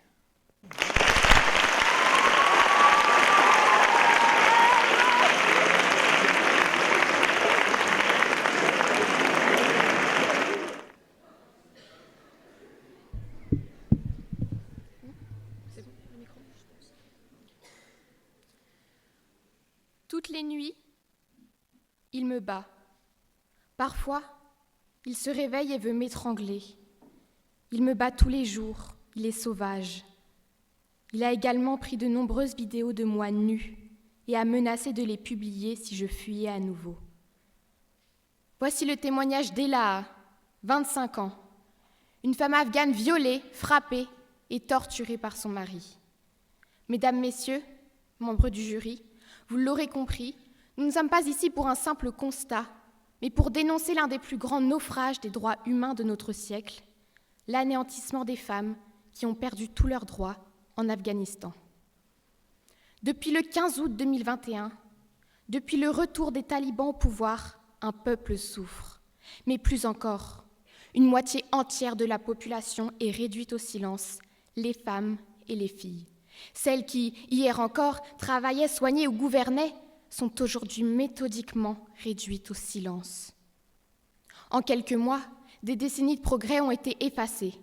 Des droits que l'on pensait gravés dans le marbre de l'histoire ont été arrachés, transformant le quotidien de millions d'Afghanes en une prison à ciel ouvert. Il est nécessaire de rappeler au monde ses propres promesses. L'article 1 de la Déclaration universelle des droits de l'homme affirme que tous les êtres humains naissent libres et égaux, en dignité et en droit. Elle affirme dans son article 2 que chacun peut se prévaloir de tout droit et liberté, et surtout sans distinction de sexe. Là-bas, ces principes ne sont plus respectés. De véritables crimes contre l'humanité sont organisés. Aujourd'hui, à travers nos voix, ce sont les leurs que nous devons entendre. Depuis 2021, les filles et les femmes en Afghanistan n'ont plus accès ni à l'école, ni à l'université. Des millions de jeunes filles sont alors brutalement privées de leur droit le plus fondamental, celui d'apprendre. Or, comme le stipule l'article 26 de la Déclaration universelle des droits de l'homme, toute personne a droit à l'éducation. Or, ici, ces droits sont clairement bafoués, comme en témoigne Zeynab, de 16 ans. Chaque fois que je replonge dans mes anciens manuels scolaires, je fonds en larmes. Je réalise à quel point l'école, mes amis et mes professeurs me manquent. Depuis mars 2022, elle ne peut plus aller à l'école. Aujourd'hui, plus de 2 millions de filles sont exclues du système éducatif. Mais ce ne sont pas seulement des chiffres, ce sont des vies, des espoirs, des ambitions réduites au silence. 2 millions de rêves interrompus. Car nous le savons, comme maintenant, l'école ne sert pas seulement à lire, à apprendre ou à écrire. Elle permet de comprendre le monde, de développer son esprit critique et surtout de devenir libre. Alors priver une fille d'éducation, c'est la condamner à une vie de dépendance où elle ne pourra ni décider pour elle-même, ni défendre ses droits. Ainsi, derrière cette interdiction, ce sont des millions de vies mises entre parenthèses, des rêves brisés et des voix réduites au silence. Au-delà de l'éducation, les femmes afghanes sont aujourd'hui privées du droit de travailler. Par une succession de décrets liberticides, les femmes ont été arrachées à leur poste, exclues des administrations et bannies des organisations internationales. Pourtant, leur rôle au sein des ONG était le dernier rempart contre la famine et la détresse. En les chassant, les talibans n'ont pas seulement brisé des carrières, ils ont coupé tout fil de la solidarité humaine. Cette exclusion massive les empêche de participer à la vie économique et sociale de leur pays. Dans certains secteurs, comme les médias, la situation est encore plus alarmante. Environ 80% des femmes ont perdu leur emploi, mais aussi leur droit à la parole en société. Cela signifie que leurs voix disparaissent peu à peu de l'espace public, comme si leur opinion n'avait plus de valeur. Marou, employée municipale depuis 10 ans, raconte ce matin où tout a basculé. Le matin du décret, je me suis présentée à mon bureau comme je le faisais depuis 10 ans. Des hommes armés m'attendaient à la grille. Ils m'ont crié dessus, me traitant de pécheresse. L'un d'eux a pointé son arme sur moi et m'a dit « Si tu remets les pieds ici, ce sera ta dernière journée sur Terre. » Voilà comment on efface une femme de l'espace public. Par la force, par la peur et par l'insulte. Les conséquences sont sans appel. Sans travail, ces femmes basculent dans une précarité absolue, où leur survie dépend désormais du bon vouloir d'un tuteur masculin. Or, nous le savons tous, travailler, ce n'est pas seulement percevoir une rémunération. Travailler, c'est exister socialement. C'est avoir le pouvoir de bâtir son propre destin. Retirer ce droit, ce n'est pas une simple mesure administrative. C'est un crime contre la dignité humaine. De nombreuses jeunes filles sont aujourd'hui contraintes à des mariages précoces et forcés, ce qui leur enlève toute liberté de choix. Elles ne décident ni du moment, ni de la personne avec qui elles vont partager leur vie. Leur avenir leur est imposé, sans même qu'elles ne puissent s'y opposer. Très souvent, ces mariages les obligent à abandonner l'école, interrompant brutalement leur éducation. Elles se retrouvent ainsi privées d'opportunités, enfermées dans un quotidien qu'elles n'ont même pas choisi. Mais au-delà de l'école, c'est toute leur enfance qui leur est arrachée, une période essentielle pour apprendre, grandir, se construire et même rêver. Ces jeunes filles sont alors plongées trop tôt dans des responsabilités d'adultes, sans préparation ni consentement. Trouvez-vous normal qu'à 17 ans, Amida ait déjà 3 enfants, ou encore que Latifa soit mariée à un homme de 30 ans alors qu'elle n'a que 13 ans? Elles deviennent dépendantes, perdent leur autonomie et leur capacité à décider pour elles-mêmes.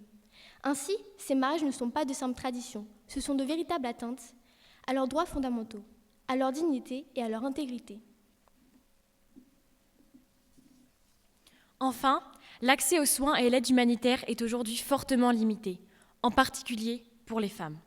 Cette situation devient encore plus dramatique lors de crises, comme celle du séisme du 31 août 2025, qui a causé la mort de nombreuses personnes et plongé des familles entières dans la détresse. Nous le savons bien, dans ces moments d'urgence, le manque d'organisation complique fortement l'intervention des secours. Mais ce sont encore une fois les femmes qui en subissent les plus graves conséquences. En raison des contraintes sociales et des interdictions, elles ont plus de difficultés à accéder aux soins, à être prises en charge ou même à être secourues à temps. Certaines ont été laissées sans aide, parfois même sous les décombres, alors qu'elles étaient encore en vie. C'est ce qu'a vécu Amina. Coincée sous les ruines de sa maison, elle a vu les secours hésiter à l'approcher parce qu'elle n'était pas accompagnée de son tuteur. Elle raconte : « J'étais coincée sous les décombres avec mes 2 enfants. Les secours sont arrivés, mais c'étaient des hommes du village voisin. Certains hésitaient à entrer dans les ruines de ma chambre parce que j'étais seule, sans mon tuteur, et que je n'étais pas couverte correctement à cause de l'accident. Cette réalité montre à quel point les inégalités peuvent devenir mortelles. Pourtant, comme le déclare la Déclaration universelle des droits de l'homme, chacun a droit à la protection de sa santé et ne doit pas subir de traitements inhumains ou dégradants. Or ici, tous ces droits sont clairement bafoués. L'accès au secours devrait être immédiat et égal pour tous. Mais lorsque les femmes sont mises de côté, c'est toute une partie de la population qui est abandonnée. Et cela ne devrait jamais être toléré dans une société qui se veut juste et humaine. Mesdames, messieurs, aujourd'hui, nous ne sommes pas ici pour vous demander une faveur. Nous sommes ici pour rappeler un principe fondamental. Les droits humains ne se négocient pas. Ils appartiennent à chacun, partout, sans exception. Et pourtant, aujourd'hui encore, ils sont bafoués. En Afghanistan, des femmes sont privées de libertés essentielles. Elles ne peuvent plus étudier librement, ni travailler, ni même simplement exister dans l'espace public. On ne leur enlève pas seulement des droits, on leur enlève une voix, une place, une visibilité. Mais malgré cela, elles résistent. Dans l'ombre, dans le silence, dans chaque geste du quotidien, elles continuent d'affirmer leur dignité. Alors, une question se pose. Que faisons-nous ? Car détourner le regard, c'est déjà accepter. Se taire, c'est laisser faire. Les droits humains ne peuvent pas être universels seulement quand cela nous arrange. Sinon, ce ne sont plus des droits, mais des privilèges. Et un monde où les droits deviennent des privilèges est un monde où l'égalité disparaît. Nous avons une responsabilité. Pas celle d'imposer, mais celle de soutenir. Pas celle de parler à leur place, mais celle de faire entendre leur voix. Car lorsqu'une femme est privée de liberté, c'est toute la société qui recule. Alors, serons-nous à la hauteur de nos propres valeurs, à la hauteur de... Nous voulons croire que oui. Nous voulons croire que nous choisirons la solidarité plutôt que l'indifférence, la dignité plutôt que le silence, la justice plutôt que l'oubli. Car défendre les droits des femmes afghanes, ce n'est pas seulement les soutenir, c'est défendre ce que nous sommes, c'est affirmer que la liberté et l'égalité ne sont pas des options, mais les fondements indispensables d'un monde plus juste et plus humain. Merci.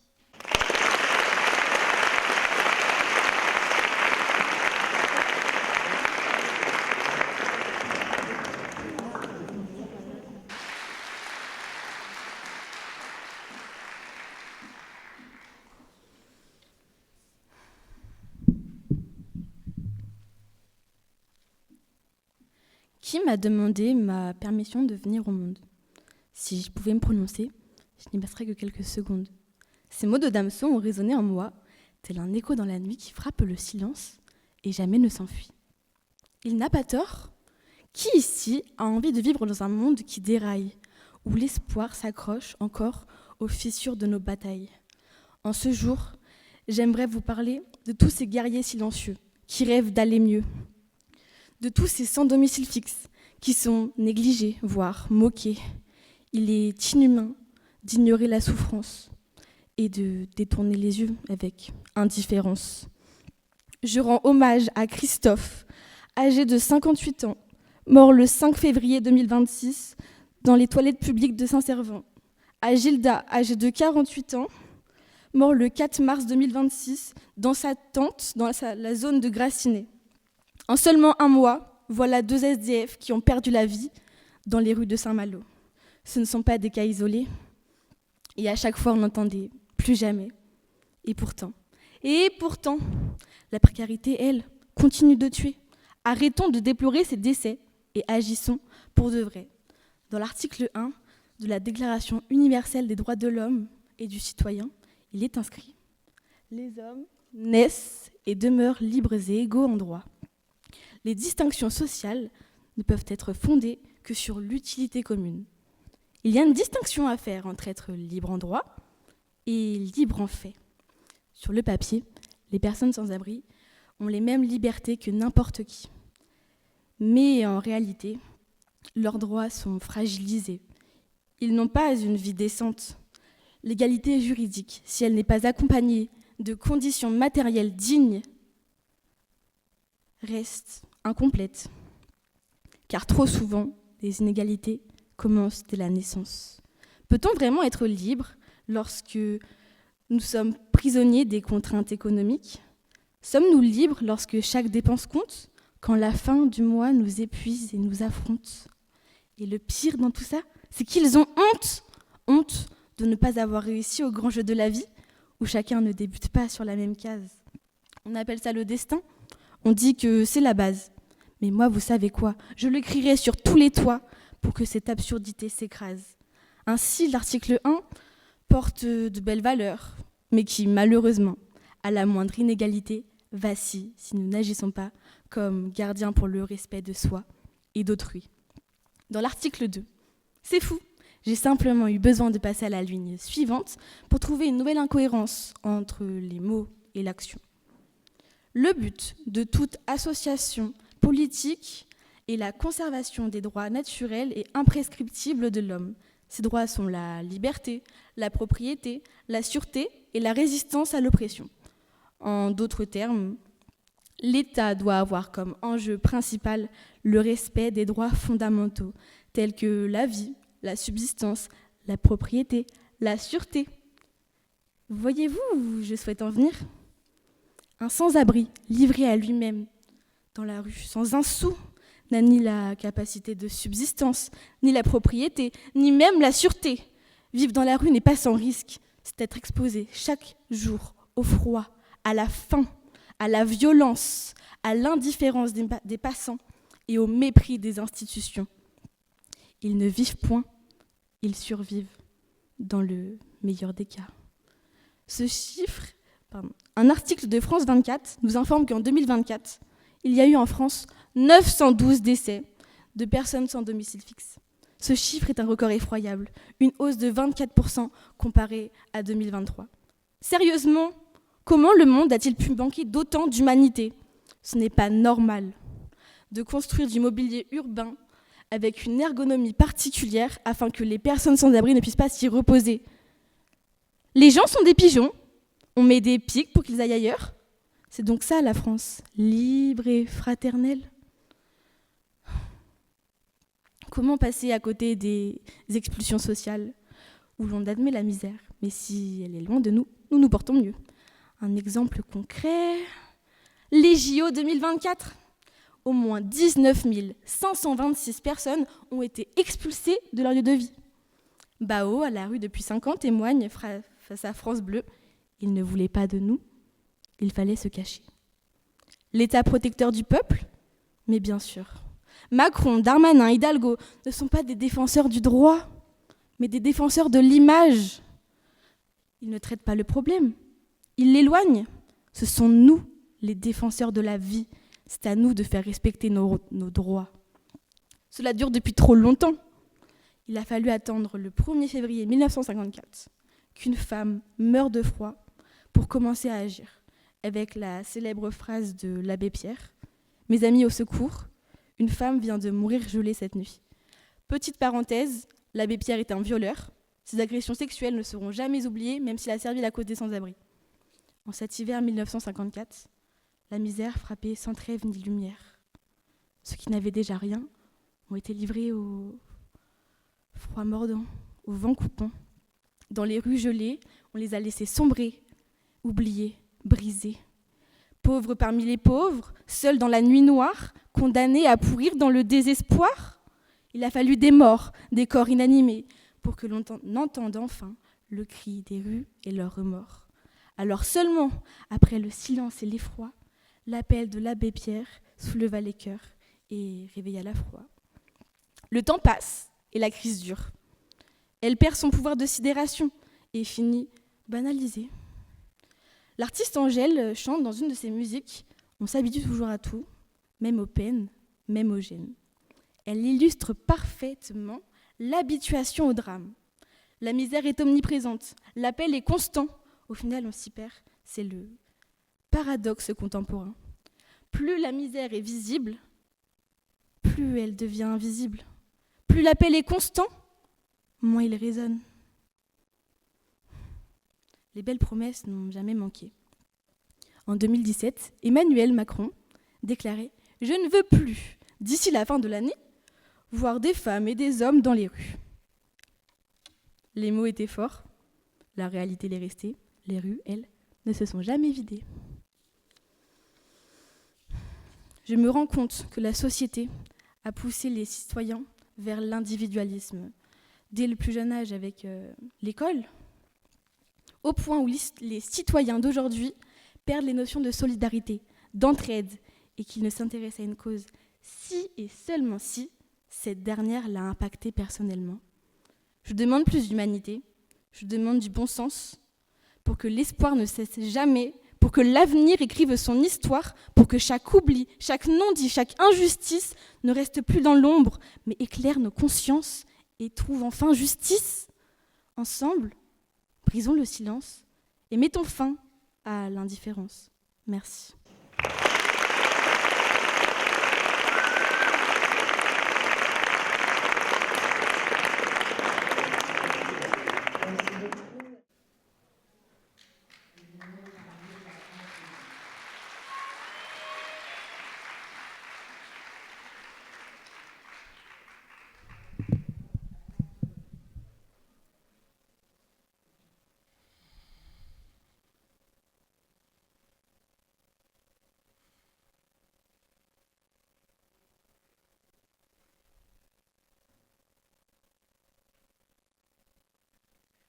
Tribunal de Manchester, 2 février 2024. 2 adolescents de 16 ans sont condamnés à perpétuité pour le meurtre prémédité et à caractère transphobe de Brianna J., adolescente transgenre du même âge.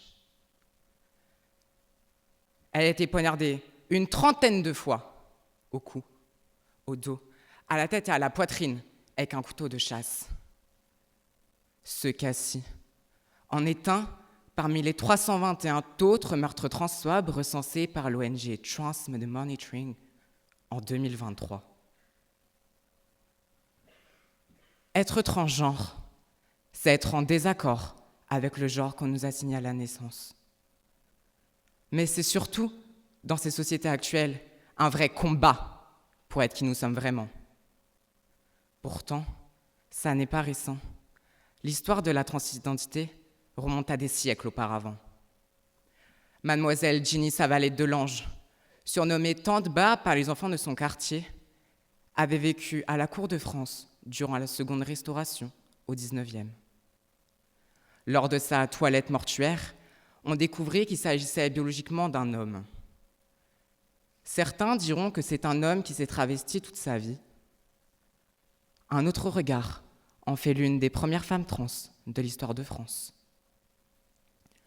L'artiste de cabaret Jacqueline Dufresnoy, alias Coccinelle, effectua une vaginoplastie en 1958 et, défendue par l'avocat Robert Badinter, changea de nom à l'état civil l'année suivante.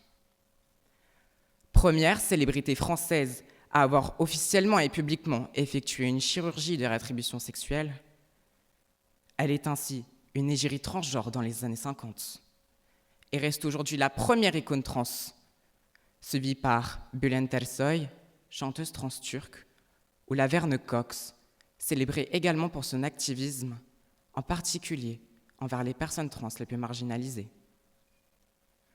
Le chanteur-compositeur-interprète Bilal Hassani, figure LGBTQ+, depuis les années 2010 et inscrit en 2018 par le magazine Têtu dans les classements des 30 LGBT qui font bouger la France, reconnaît à travers son single « Il ou elle être gender fluide ». Ce thème désigne le fait pour une personne de sentir son genre varié au cours du temps. Ces fluctuations peuvent se produire au niveau de l'identité ou de l'expression de genre. Malgré ces grandes icônes qui se sont affirmées sur la scène internationale et promu la transidentité, les violences, les répressions et les crimes transphobes se multiplient. Moi-même, ayant 15 ans, étant une femme trans, j'ai subi la cruauté humaine au travers d'insultes, de remarques ouvertement déplacées, de violences physiques et pléthore de menaces de mort. La pression sociale et sociétale étant immensément dure et insupportable, de nombreuses personnes trans se sont ôtées la vie. Celles qui restent et qui se battent pour notre reconnaissance et nos droits se voient de plus en plus rejetées, réprimées, parfois déshumanisées. Le cas des États-Unis est le plus alarmant à ce jour. Depuis son retour au pouvoir, Donald Trump est revenu sur une série d'acquis obtenus par les personnes transgenres, dont il avait fait une de ses cibles lors de sa campagne victorieuse et depuis qu'il est arrivé au pouvoir. Le président américain fait de la restriction de l'accès aux soins de santé pour nous, les personnes trans, et de notre existence une minimisation, une priorité. explique le journal Le Monde.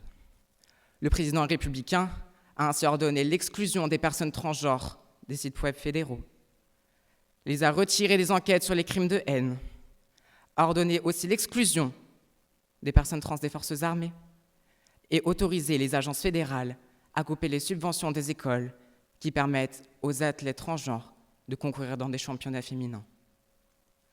La Chambre des représentants a adopté mercredi 18 janvier 2025 une proposition de loi bannissant les traitements de transition de genre pour les mineurs transgenres, portée par l'élu de droite radicale Marjorie Taylor Greene, qui affirme que cette proposition de loi importante mettra fin aux mutilations génitales et à la castration chimique d'enfants. Or, sur 1,6 million de personnes se définissant comme transgenres aux États-Unis, plus de 300 000 sont âgés de 13 à 17 ans, dont plus du tiers vit dans un des États ayant interdit les procédures de changement de genre, selon une étude de 2022 du Williams Institute de l'Université de Californie à Los Angeles.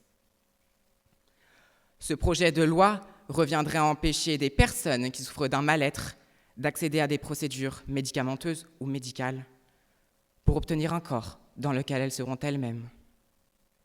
De plus, d'après le ministère de l'égalité homme-femme, de la diversité et de l'égalité des chances, les personnes transgenres ont un risque 7 fois plus élevé de suicide qu'une personne cisgenre, c'est-à-dire en accord avec le genre attribué à la naissance. Au lieu de protéger et d'aider ces milliers de personnes trans, les gouvernements veulent maintenir une idéologie binaire et conservatrice. De nombreux pays continuent d'imposer des procédures abusives, humiliantes, aux personnes transgenres souhaitant changer la mention de sexe sur leur état civil, comme la stérilisation et le diagnostic de troubles mentaux, violant l'article 12 de la Déclaration universelle des droits de l'homme, dans lequel, je cite, « Nul ne sera l'objet d'immixtion arbitraire dans sa vie privée, sa famille, son domicile, ni d'atteinte à son honneur et à sa réputation. » La question que je vous pose est pourquoi discriminer une personne en transition de genre? Ça ne concerne qu'elle-même, en aucun cas les autres. On ne va pas venir vous agresser ou vous insulter car vous êtes cisgenre. Alors pourquoi se permettre de le faire aux personnes transgenres? Serions-nous inhumains? Pourtant, un genre désigne les rôles, les comportements, les activités, les attributs qu'une société considère à un moment donné bien pour les hommes et les femmes. C'est une invention sociologique. Le corps, une création biologique. Simone de Beauvoir disait « On ne naît pas femme, on le devient ». Se définir autrement que le genre attribué au sexe de naissance n'est pas un crime. Les violences et meurtres transphobes, eux, le sont. La loi de modernisation de la justice du XXIe siècle du 18 novembre 2016 a fait apparaître l'identité de genre dans les critères de discrimination. La loi du 27 janvier 2017 fait de la transphobie une circonstance aggravante applicable à l'ensemble des crimes ou des délits punis d'une peine d'emprisonnement. D'autre part, les attaques et menaces en raison de l'identité de genre ou de leurs caractéristiques sexuelles biologiques violaient les articles 1 et 2 de la DUDH, stipulant que tous les êtres humains naissent libres et égaux en droit et doivent agir les uns envers les autres dans un esprit de fraternité. Mais aussi, chacun peut se prévaloir de tous les droits et de toutes les libertés proclamées dans la présente déclaration, sans distinction aucune, notamment de langue, de race, de couleur, de sexe, de religion, d'opinion politique ou de toute autre opinion, d'origine nationale ou sociale, de fortune, de naissance ou de toute autre situation. Pour conclure, la transidentité est encore discriminée dans ces sociétés qui se disent ouvertes et évoluées, alors que nous devons encore nous battre pour nos droits. La transphobie est un courant très répandu et meurtrier, ayant tué des centaines de comparses qui ont fait les frais de la peur de la différence. J'aimerais finir sur une citation de Linda Thompson, actrice américaine transféminine. Être transgenre, comme être gay, grand, petit, blanc, noir, homme ou femme, être une autre partie de la condition humaine qui fait de chaque individu une personne unique et sur laquelle nous n'avons aucun contrôle. Nous sommes qui nous sommes dans les recoins de nos esprits, de nos cœurs et de nos identités. Merci.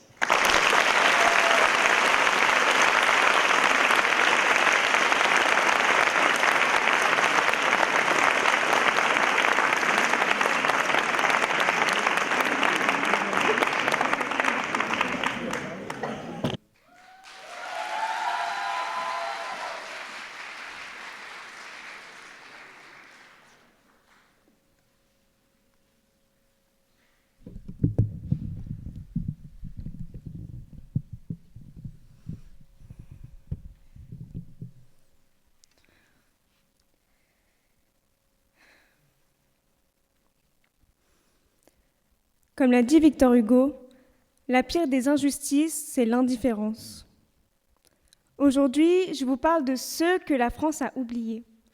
Je vous parle de ces jeunes femmes et enfants français qui, partis ou nés en Syrie, n'ont plus le droit de rentrer en France et sont considérés comme des terroristes. Face au refus de rapatriement, la souffrance de ces jeunes femmes et enfants sombre dans le silence.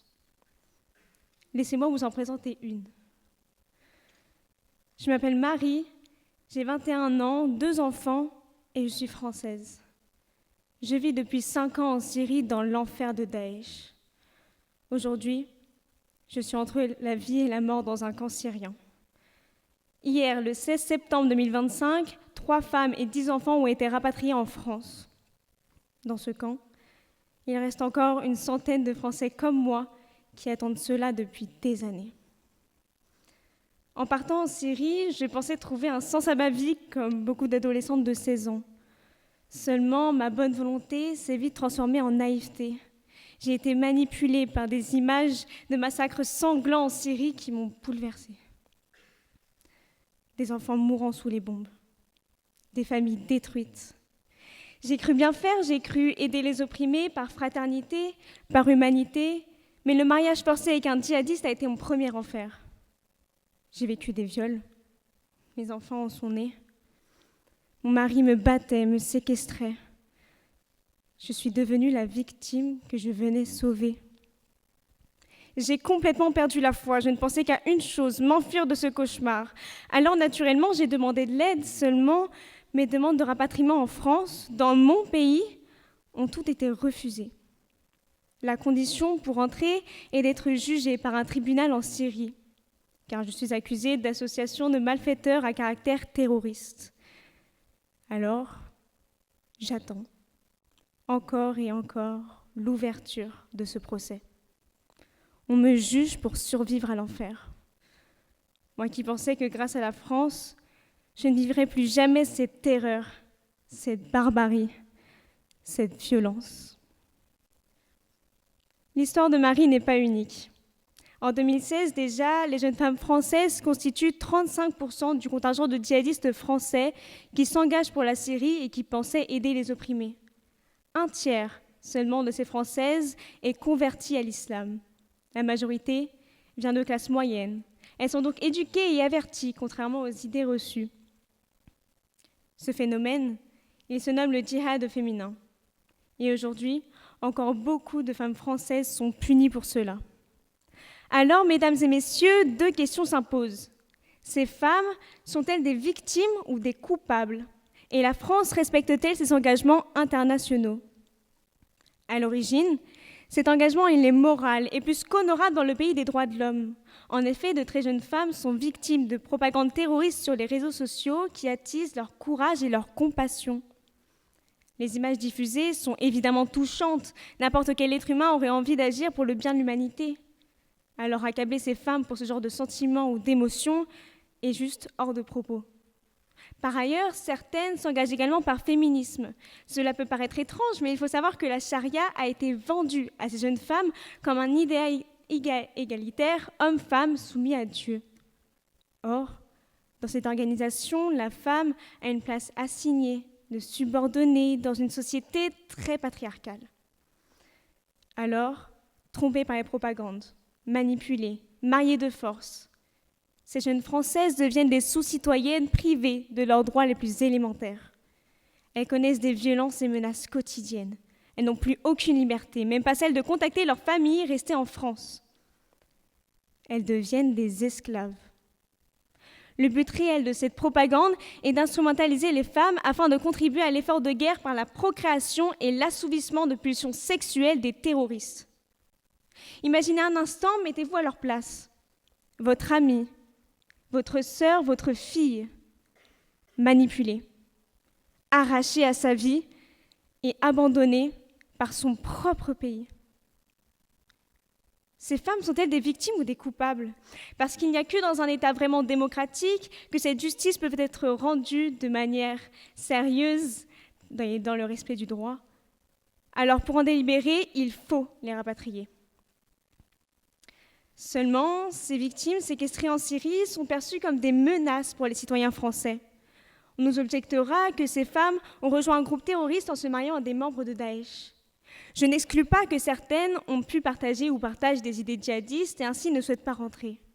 Mais comment qualifier de terroriste une jeune adolescente de 16 ans, endoctrinée contre son gré, violée, prisonnière? La vraie question n'est pas leur culpabilité, mais notre responsabilité collective. Le refus du gouvernement français de rapatrier ses ressortissantes viole leurs droits et leurs libertés.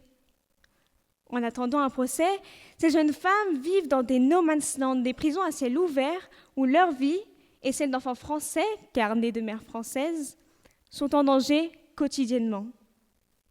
Car sachez que les conditions de vie dans ces camps sont abominables. Entre surpeuplement, insécurité, malnutrition, manque d'accès aux soins, à l'éducation, aux loisirs, ces femmes et ces enfants ne vivent pas. Ils essayent de survivre. Selon un article de la Ligue des droits de l'homme, en septembre 2025, encore 110 enfants français sont détenus dans ces camps. Des enfants innocents qui subissent le même sort infligé à leur mère. Comme le dit Amnesty International dans son rapport de 2023, laisser ces femmes et ces enfants en Syrie revient à les condamner à une mort lente. Alors, la France respecte-t-elle ses engagements? Non. Elle bafoue ses engagements internationaux et européens en exposant ces femmes et ces enfants à des souffrances insoutenables et contraires aux conditions de l'article 5 de la Déclaration universelle des droits de l'homme. Ce dernier dispose que nul ne peut être soumis à la torture ni à des peines ou traitements inhumains ou dégradants. Une interdiction également partagée par l'article 3 de la Convention européenne des droits de l'homme et l'article 37 de la Convention internationale des droits de l'enfant. En réalité, ces jeunes survivantes n'ont généralement commis aucun acte terroriste. Elles ont subi l'esclavage et la servitude, deux outrages humains défendus par l'article 4 de la Déclaration universelle des droits de l'homme. L'État français, en accusant ces femmes, ne prend pas en considération la souffrance qui leur est soumise par Daesh. Au contraire, il les discrimine. Par ailleurs, toutes les Françaises sont-elles vraiment défendues lorsqu'elles ont été victimes d'un mariage forcé, comme garanti par l'article 16? Si la France n'abandonne pas ses enfants, selon le président Emmanuel Macron lors d'un hommage aux otages à Gaza en 2024, est-il légitime de punir des jeunes femmes qui subissent la propagande djihadiste dirigée vers la France?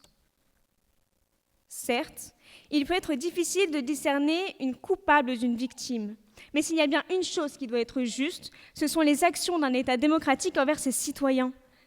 Des actions destinées à faire respecter les droits élémentaires de chaque citoyen sans discrimination. Alors aujourd'hui, exigeons que la France rapatrie ses femmes et ses enfants. Exigeons des programmes de protection contre la propagande en ligne. Car si nous ne les défendons pas, qui le fera? Marie, ça pourrait être votre amie, votre sœur, votre fille. Accepteriez-vous qu'elle soit simplement oubliée par la France dans un camp en Syrie? Merci.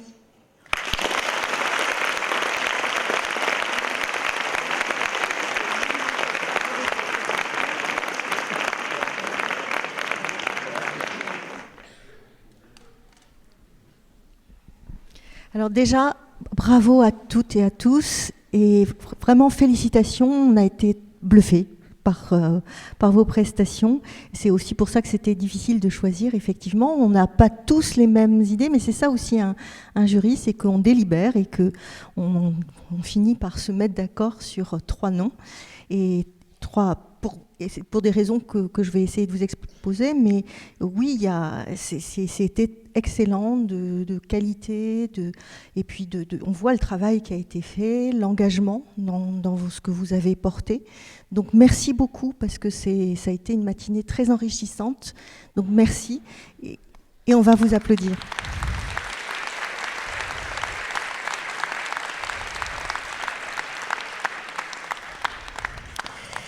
Alors, le 3e prix revient à Héloïne Huby-Auger pour la transphobie. Bravo, vraiment bravo. Ça a été une belle incarnation du sujet. Donc ça, c'est ce qui nous a vraiment touchés. Et attention au temps, par contre, parce qu'il y a eu un petit dépassement de temps, ça joue aussi dans l'appréciation. Mais sinon, on a trouvé que c'était une belle utilisation aussi du droit, et notamment, en tout cas en ce qui me concerne, j'étais très attachée à regarder quel article de la DUDH avait été utilisé. Et là, c'était l'article 12 sur la vie privée, exactement le bon texte qu'il fallait citer. Bien sûr, il y a toujours l'article 1er, etc., bien sûr, et l'article 2.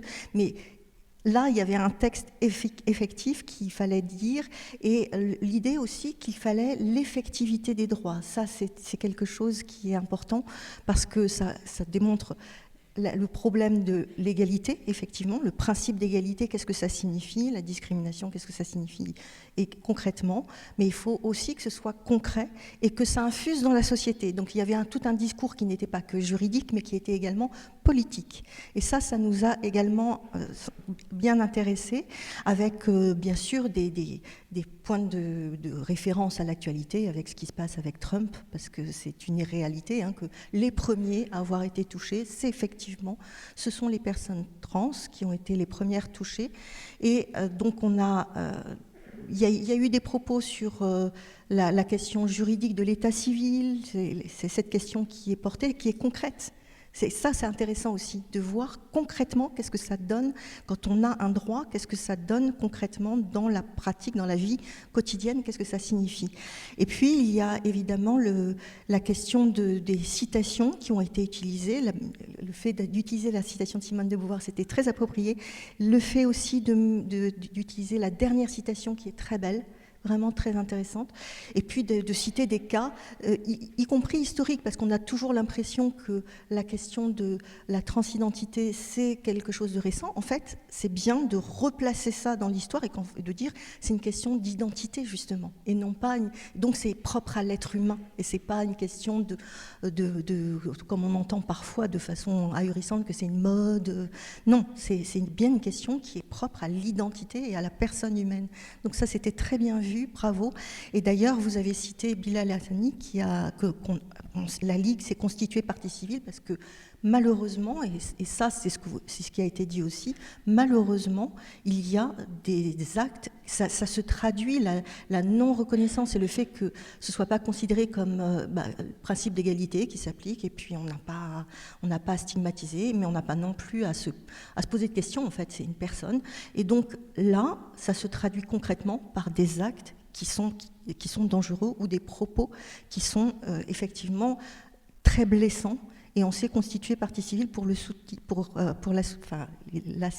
en l'occurrence c'est gender fluide, donc je ne sais pas comment on dit là, ou peut-être vous savez, parce que moi je ne sais pas. C'est pour dire là ou le. Pour Bilal Hassani. Yel, merci. Voilà, merci. Voilà. Alors, donc pour la deuxième place.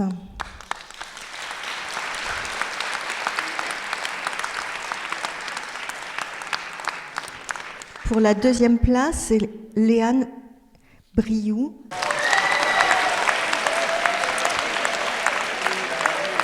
La République avait promis. Bravo. Alors, ce qui nous a plu, c'est le choix du sujet. déjà, parce que c'est un sujet qui, a priori, n'est pas très porteur, qui est quelque chose qui... On ne se dit pas a priori, ah oui, bon. Et bien finalement, c'est quelque chose, vous avez réussi à nous capter, à travailler sur différents thèmes, c'est-à-dire pas seulement dire, ben voilà, c'est compliqué dans l'espace public. Non, non, ça va plus loin, c'est sur la culture, c'est sur le côté aussi de l'effectivité des droits. C'est ce que je disais, ça ne suffit pas que ce soit consacré, hein, le fait d'un droit, c'est aussi qu'il soit effectif et que ça soit concret pour les personnes qui ont à revendiquer ce droit, et notamment par rapport au numérique. Et ça, c'est le grand problème, le numérique, effectivement. Et plus l'administration va vers le numérique, et plus il y a une fracture numérique qui se fait, y compris, donc, comme vous l'avez dit, pour des personnes qui souffrent d'un handicap. Et donc c'est un sujet qui est assez invisibilisé, ce qui fait qu'on a été très intéressés, d'autant plus que vous l'avez vraiment bien porté, et avec des références au droit, à ce qui est censé être appliqué et qui ne l'est pas, et la non prise en compte justement par les administrations, par l'État, de ce qu'ils devraient faire. Et vous avez démontré justement que ça pourrait être autrement, parce qu'avec une référence avec d'autres pays. Donc ça, je trouvais, c'était quelque chose de très intéressant, donc bravo.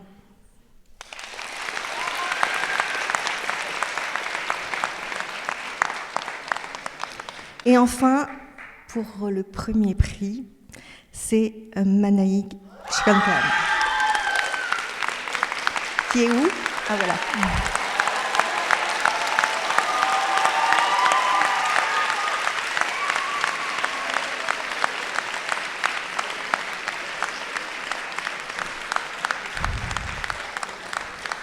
Eh bien, bravo. Et déjà, bravo pour ce titre. Au mal, une fois fait, il n'est pas de remède, parce que ça nous a beaucoup touchés que vous ayez utilisé ce titre qui est porteur déjà et qui est tellement beau. Et vous l'avez bien incarné dans votre propos, et avec beaucoup de prestance, beaucoup d'engagement. Et là aussi, on voit dans ce que vous avez construit comme plaidoirie.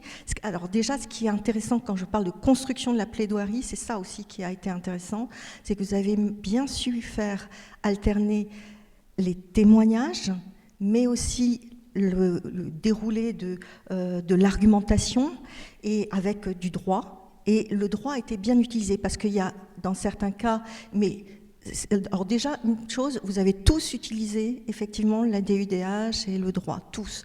Mais il y a des cas où c'est moins utilisé. Et vous les avez bien intégré, le droit, dans votre argumentation. Donc c'est ça qui était aussi très intéressant. Et le fait que c'était bien séquencé, ça emportait votre public. Donc déjà, bravo pour la construction. Et il y a toute la question de l'universalité des droits, évidemment, mais en ne disant pas ça se passe seulement ailleurs. Vous avez démontré que, voilà, la question se pose aussi pour la France, et le fait qu'il faut qu'il y ait une politique qui soit portée pour lutter contre un phénomène qui est lié aussi à la tradition, mais qui nécessite pas seulement du droit, puisqu'en France, vous l'avez dit, on a du droit qui est interdit, ça ne suffit pas. Et vous l'avez bien montré, ça, qu'il faut effectivement porter cette politique et faire en sorte, pas seulement pour dire ça existe, vous risquez d'être réprimé, mais justement qu'on arrive à ce qu'il y ait une politique portée, aussi bien pour l'effectivité dans la répression, qu'il n'y ait pas d'impunité, mais aussi dans l'éducation. C'est un petit peu l'idée que vous portiez. Ça, c'est quelque chose qui a beaucoup sensibilisé. Donc merci beaucoup et félicitations.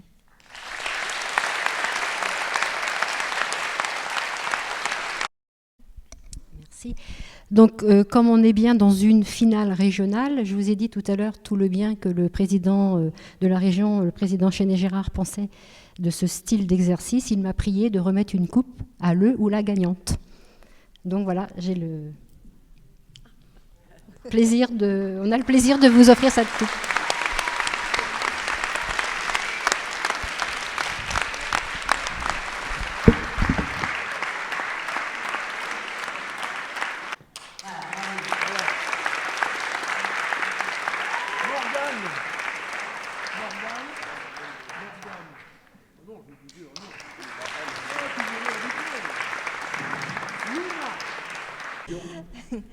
Alors, merci à vous toutes et tous, parce que je pense que si tous sont là et ont pu porter ça, c'est aussi grâce à vous, parce que on voit bien que vous portez vos candidats, donc ça aussi c'est formidable.